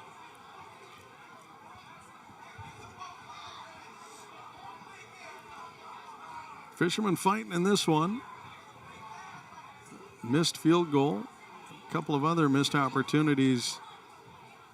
But for the most part, a pretty good game by the Fishermen to try to fight with the number 2 team in the state. Shacker looks, 3 receiver set. He's got Gore in the middle, and Gore was looking for the hit and dropped the ball. Yeah. Right at the first down marker, Gore had it in his hands and turned his head just for a moment to see where the contact was coming from, and it wasn't coming. And he unfortunately drops the ball. Catch it first, then run. That's right. Step 1, step 2. I just hear my old coach in my helmet in the back of my head. Catch the ball, then run. I didn't have to worry about it. I was a lineman and defensive player, but you heard it enough? I heard it every day at practice. Catch, then run. First, you got to catch the ball. 3rd and 10 now for the Fishermen. Once again, 5 receivers out for Shacker. Looks like the Indians are bringing the blitz. They do. Shacker throws, almost intercepted, tipped into almost Hawkins, or into Archer Hawkins' arms. Instead, it hits the turf. And now the Fishermen face a 4th and 10. And we'll see if the Fishermen choose to go for it from this part of the field at the 28-yard line, the long way to go variety. Looks like the Fishermen are going to call a timeout. Coach Rube wants to communicate with his team a little bit better there. I think he thought they had the wrong play in maybe, and wanted to bring the team over to check it out with them. Well, I'd say the Fishermen have played a pretty tight game against this squad, the Scappoose Indians. I agree. Clearly the number 2 team in the state according to the rankings, and the only team they lost to was the number 1 team. And the Fishermen have given them a pretty good fight. Despite the scoreboard reading 26-7, you got a missed field goal, and you've got a couple of opportunities where the Fishermen were moving the ball once at the end of the half and just ran out of time. Yeah. And just recently here, marching the ball down the field, and unfortunately throwing an interception. Just a couple of bad turnovers. Interception, then missing the coverage and letting the run a 55-yard run away. Yeah, just a couple of things here and there, but which is kind of their season at this point. Just a couple of things here and there. Yeah, they're almost there. Yep. Shacker lines him up after the timeout. 5 wide receivers out. He's got 2 to the right, 3 to the left. Gets some last-minute instructions. Calls him out, and now he waits for the snap. Indians bring 4, and on the sideline, it's a free and clear catch. Running down the sideline for the Fishermen, down to the 20. He's going to get to the 16. 16, that is Winterstein, I believe. Number 5 for Astoria, I believe, is the number I saw there. Is that Cody Johnson streaking down the side? It is indeed. Make sure I get that right. Huge play for the Fishermen on a 4th and 10. In a position that almost could have left the Fishermen dead to rights with the Scappoose Indians in a almost point-blank shot range of the end zone. The Fishermen instead convert the big 4th down on a connection from Shacker to Johnson on the right side, or Cody, and then on the right side pass again, this one towards the sideline out of bounds. Aiming for Winterstein there. And Winterstein was the receiver there. What a great connection, though, on the sideline as they get the ball all the way down. We've got somebody down on the field. Shacker's down. Quarterback gets hit late on that one, and he stays on the field. Rube is going to walk out to check him out. I think he's fighting for error here. I think it's a knock the wind out situation, but we will see. He's moving, and that's a good sign. Sure is. They haven't brought on the... And Coach Rube grabs the player and walks off with the player. So if he had any concern for Shacker, it wasn't enough to keep going to him. Yep. Making some substitutions, calling the play in. Gives him the high five and the knuckles there, and I think it may certainly be that scenario where he just took a shot to the gut. Him just getting that, trying to get the diaphragm to get some air moving again. And a lot of times, the officials, I don't see a lot of urgency in this position here, so it's just, kid's okay, we're doing okay, just get him some air, get him a chance to catch his breath. I think he took a shoulder pad right to the ribs, and there he is. He's up. Gets the high fives, and he's going to come off the field for a play. A little stiff-legged, but I think you're exactly right on the situation where he just needed some air. I've been in that situation, Rob. Sucking wind a little bit, and the best thing you can do is just lay there and let it come to you. Trying to hurry doesn't help. Let that diaphragm reset. All right. The Fishermen are going to reset here, too. Yep. So after the incompletion and call it the injury timeout, as Shacker is up and off the field, getting tended to. He'll get looked at. We'll see if he makes his return. Fishermen will go out of shotgun, and I believe is that Hill taking the snap. Direct snap to Hill, who's going to go around the right side. He finds some space and about 7 yards. Wow. Great job as they get Hill with a direct snap. Number 4 coming in on the play, so we're going to see Sawyer Sean coming in. And see if Gore takes the snaps here. Gore was a quarterback last year and the year before. Moved out to wide receiver, much more natural wide receiver position, I think. Shacker is, he was on the field for a second and then jumped back off. So Hill in the quarterback spot in shotgun. calls for it. It's going to be a Wildcat. He's going to get snuffed out immediately. No fooling the defensive end for the Indians. That was Braden Hamblin, who came flying in for the tackle. And Yates will come back into the game. Shacker is out there. Looks like he is set to return and getting the call from his coach. So on a 4th and 5, the Fishermen send their quarterback back out onto the field. Good indication there that it was just indeed what we talked about, gets a little oxygen starved. Punch to the guts and a chance to reset. So reset he is as the Fishermen line up in a 4 wide receiver set. They've got 1 to the right, 3 to the left. In the backfield is Yates with Shacker. He moves him off to his left hip and waits for the snap. 4th and 4. Shacker looks, loads up, throws it into the air. Out by number 16 for great Indians. job by the Indians defender Springer. Just couldn't get it and said, all right, let's air this thing. Winterstein was the intended receiver. And just a little behind Winterstein. The coverage was really good, really tight. It would have been a great throw and great catch. Great job by the defense there to, like you said, reach in and punch it out as it came in. The Indians will take possession with 6:42 in the 4th quarter. Fishermen couldn't come up with the score there, and I hate to say that had to do with their quarterback going out, but it certainly didn't help. It did not help. The Fishermen had no choice but to direct snap to Hill and see what they could come up with, and they got a little bit. Coming in. I bet you that's a hold. Indians get off the left side and get a few yards on the play as they try to get on the ground and get the clock moving. But a flag, it looks like, flew in towards the line of scrimmage. Came from the back. And the way that the teams are moving and the officials are facing. Let's see, we get the official call from the umpire. Half distance to the goal. It is a hold. So no half distance here. It is a full 10. It is a full 10, okay. So 1st and 20 now. 17 more accurately, I should say. 3 yards at the line of scrimmage. This time the throw coming in over the right side. Connected. Morrow with the tackle. Just past the 21. It won't be a first down. But they get a chunk of yards back. Yeah, he was wide open. And that'll shorten things up quite a bit. As now they only need a few yards to go.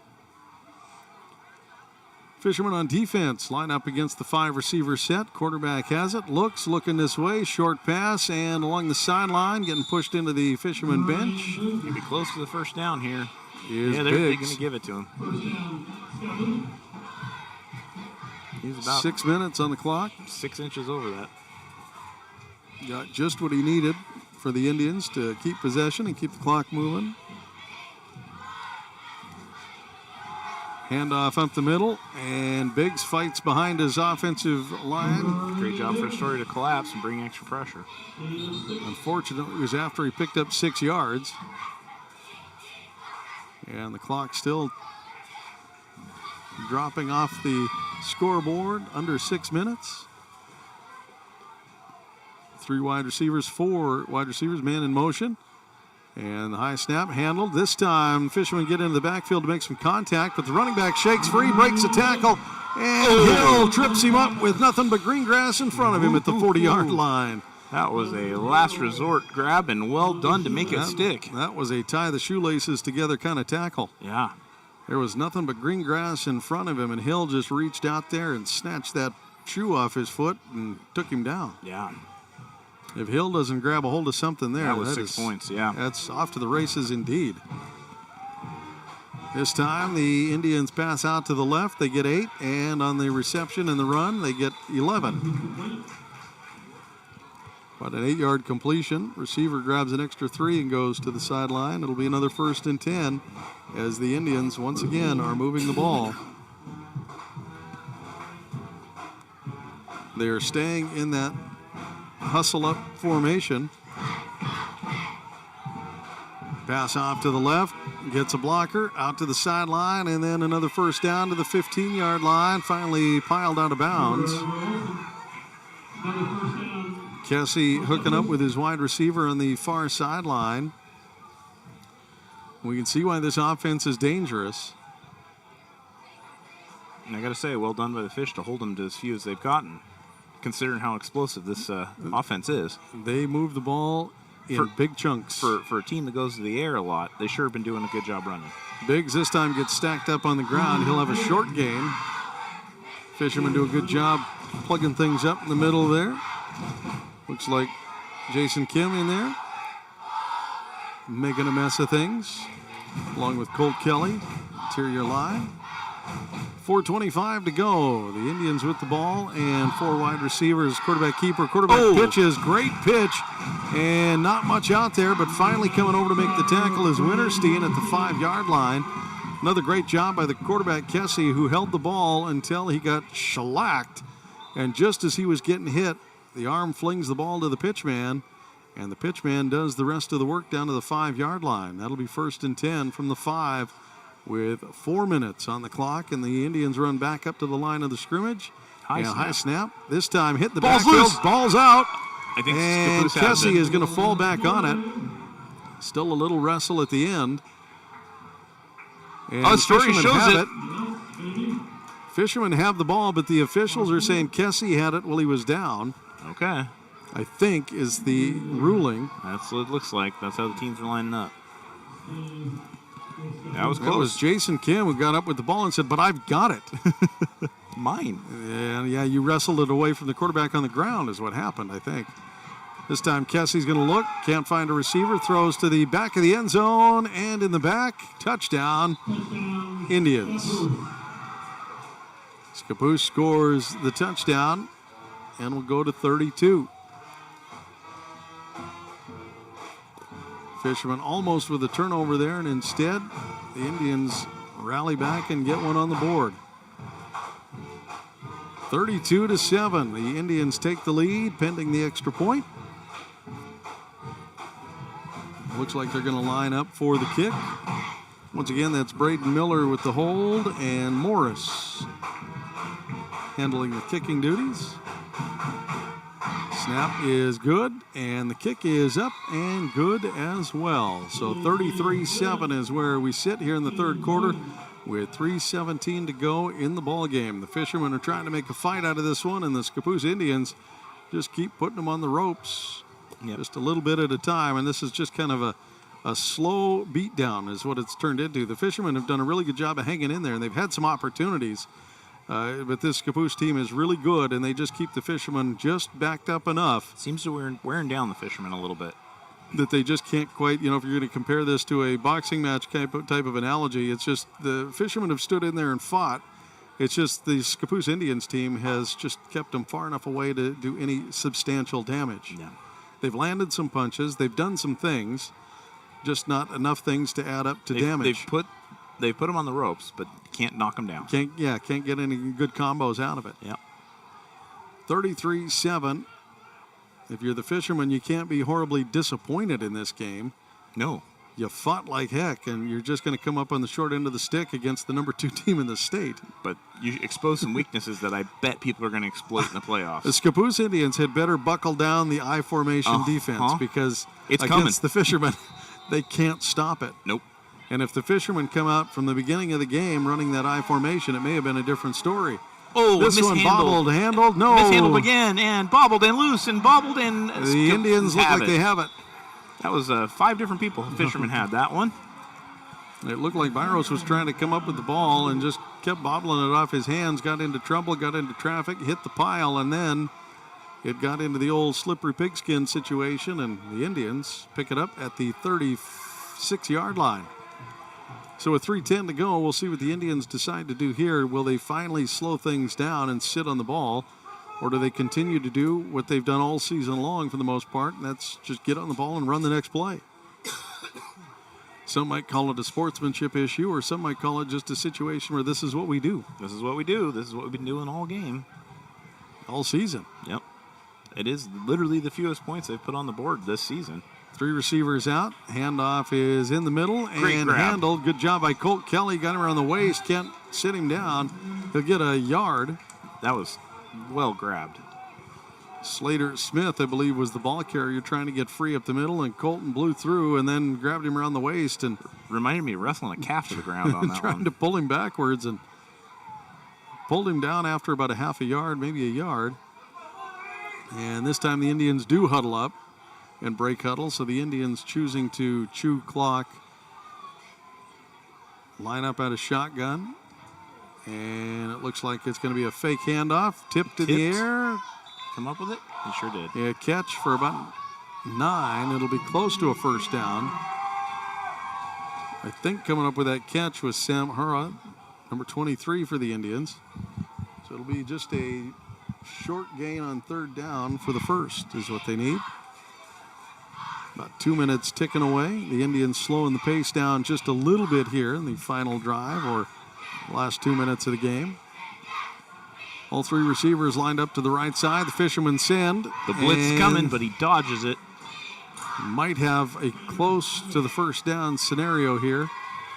He did dodge the initial surge, but the Fishermen were able to get him held up. So it'll be 4th and short with 1:45 to go here in the fourth. 4th and short for the Indians.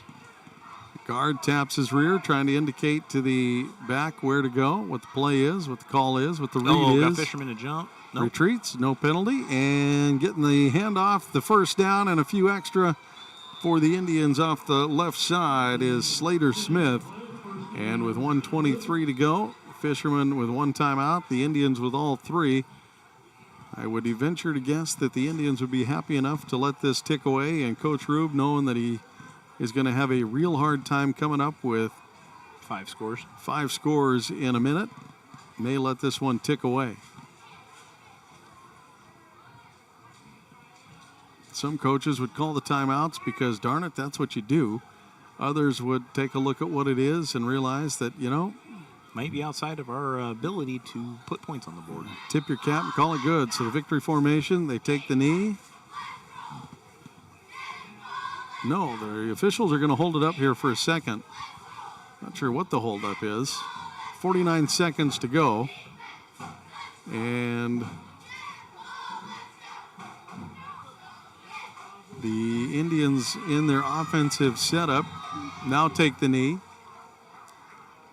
And 45 seconds. They'll need to do it at least one more time, I believe.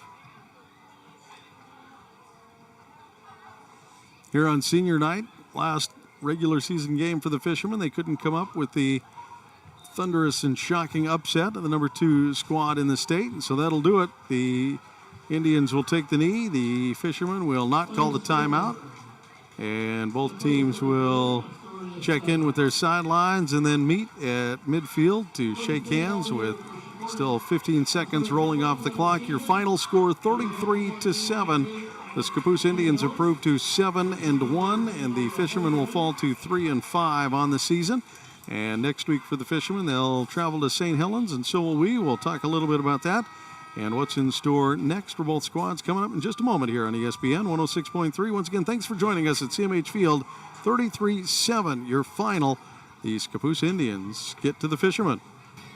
Marathon season is just around the corner, so quit running errands and start running for fun with North Coast Runners in Astoria. Stop in for nutrition on the go, info on local running groups, recommendations on where to run on the North Coast, and of course, all the gear you need, including being your Lululemon destination on the coast. Whether you're in Seaside, Napa, Astoria, Warrenton, or anywhere in between, North Coast Runners supports student athletes with available discounts. Check out northcoastrunners.com for more. Lace up and don't stop.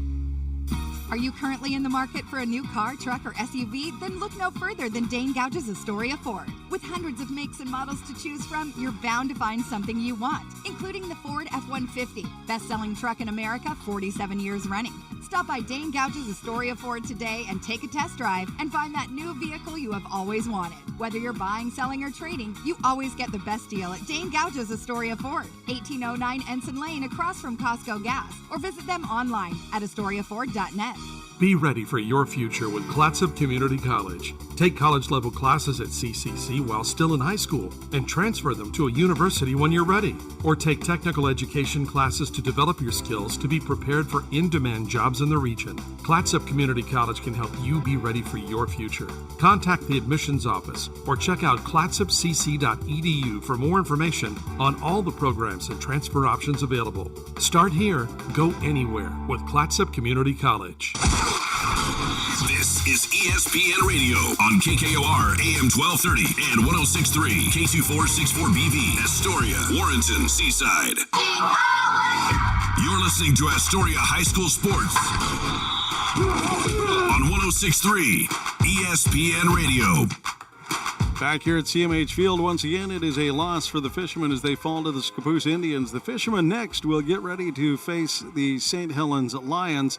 That game will take place in Halloween Town. It'll be the Goonies versus the kids of Halloween Town, or something of that nature anyway, on Halloween night. It's promising to be a good one for the Fishermen, as it'll be the season ender for them. For the Scappoose Indians, they will look forward to the Gladstone-Riverdale road trip, as they are on the road for their last two against Astoria and the Gladstone-Riverdale. And then it'll be playoff time for the Scappoose Indians as they go in ranked number 2 in the state. We'll see if they can advance to number 1. It's going to be awful hard as they have lost the head-to-head matchup between them and number 1. The Cascade, number 1. We'll see how that works out in their behalf. A tough fight for the Fishermen tonight. They did find a few chinks in the Scappoose Indians' armor, though. And they sure did. I would venture to guess that somebody is going to take notice that the I formation might be the way to get to the Indians. Yeah, and slow down their offense. And well, one way to slow down their offense is get them the heck off the field. Yeah, exactly. And if you can find an offense that chugs the ball and takes up time, and maybe you win a really ugly 7-0 ball game. But by gosh, it's a win in the playoffs. Yeah, exactly. A win is a win in the playoffs, and it doesn't matter how pretty or ugly it is. So, yeah. Fishermen may have exposed something in the Indians tonight. Astoria kept them to the fewest points scored this season by 2 points. So the Fishermen do have a few things to hang their hat on. They played a tough game against a very tough opponent. And they I won't say necessarily held their own, but they certainly threw some punches and had a couple of haymakers. They made it a game. Really good plays. Yeah. So congratulations to the Fishermen here on senior night. Always a tough one to lose on senior night if you happen to fall into that category. But you know what? They had a good game. They put on a good show in front of their home crowd. And next, they'll finish the season on the road in St. Helens. And we'll be there with them for a Halloween night game. Make sure you tune in and catch it right here on ESPN 106.3. You can also tune in and catch the stream. You can catch that on our YouTube channel. Just find us at ESPN 106.3 Astoria. And make sure you like and subscribe so you know when we go live. We hope to be able to do it for basketball and softball coming up too. So for Bob Wilkie, I'm Rob Kovach signing off here at CMH Field. Thanks again, Bob. And yeah, thank you, Rob. We'll do it again next week. We sure will.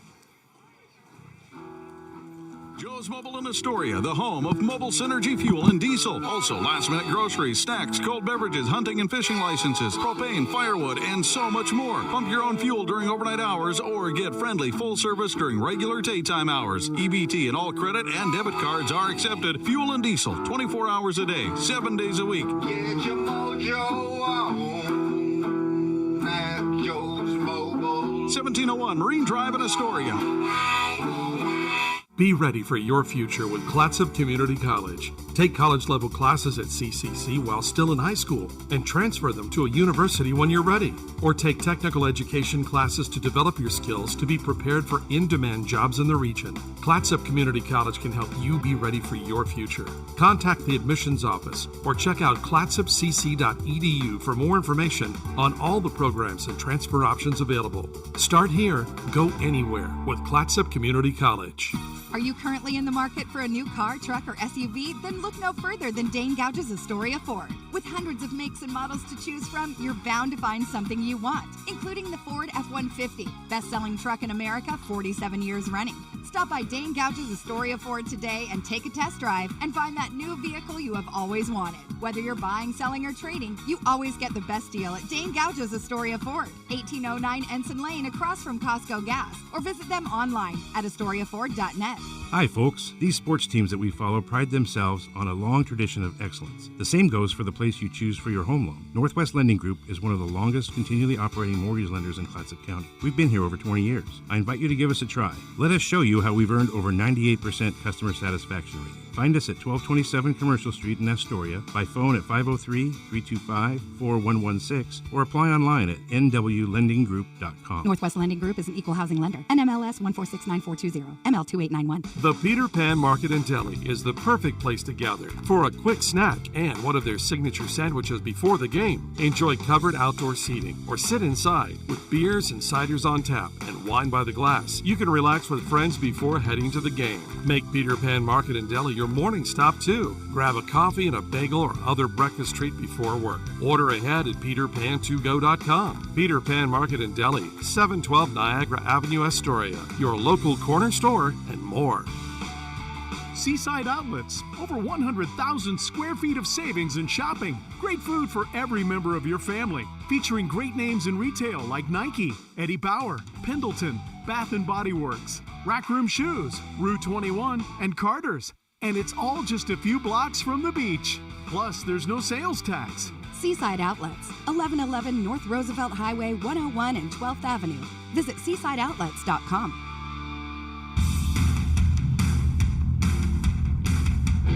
This broadcast on 106.3 ESPN Radio was brought to you locally by Peter Pan Market and Deli, Astoria Ford, Joe's Mobile, the Seaside Outlets, Northwest Lending Group, Clatsop Community College, Lucky Duct HVAC and Dryer Duct Cleaning, and North Coast Runners Supply. You're tuned in to ESPN Radio on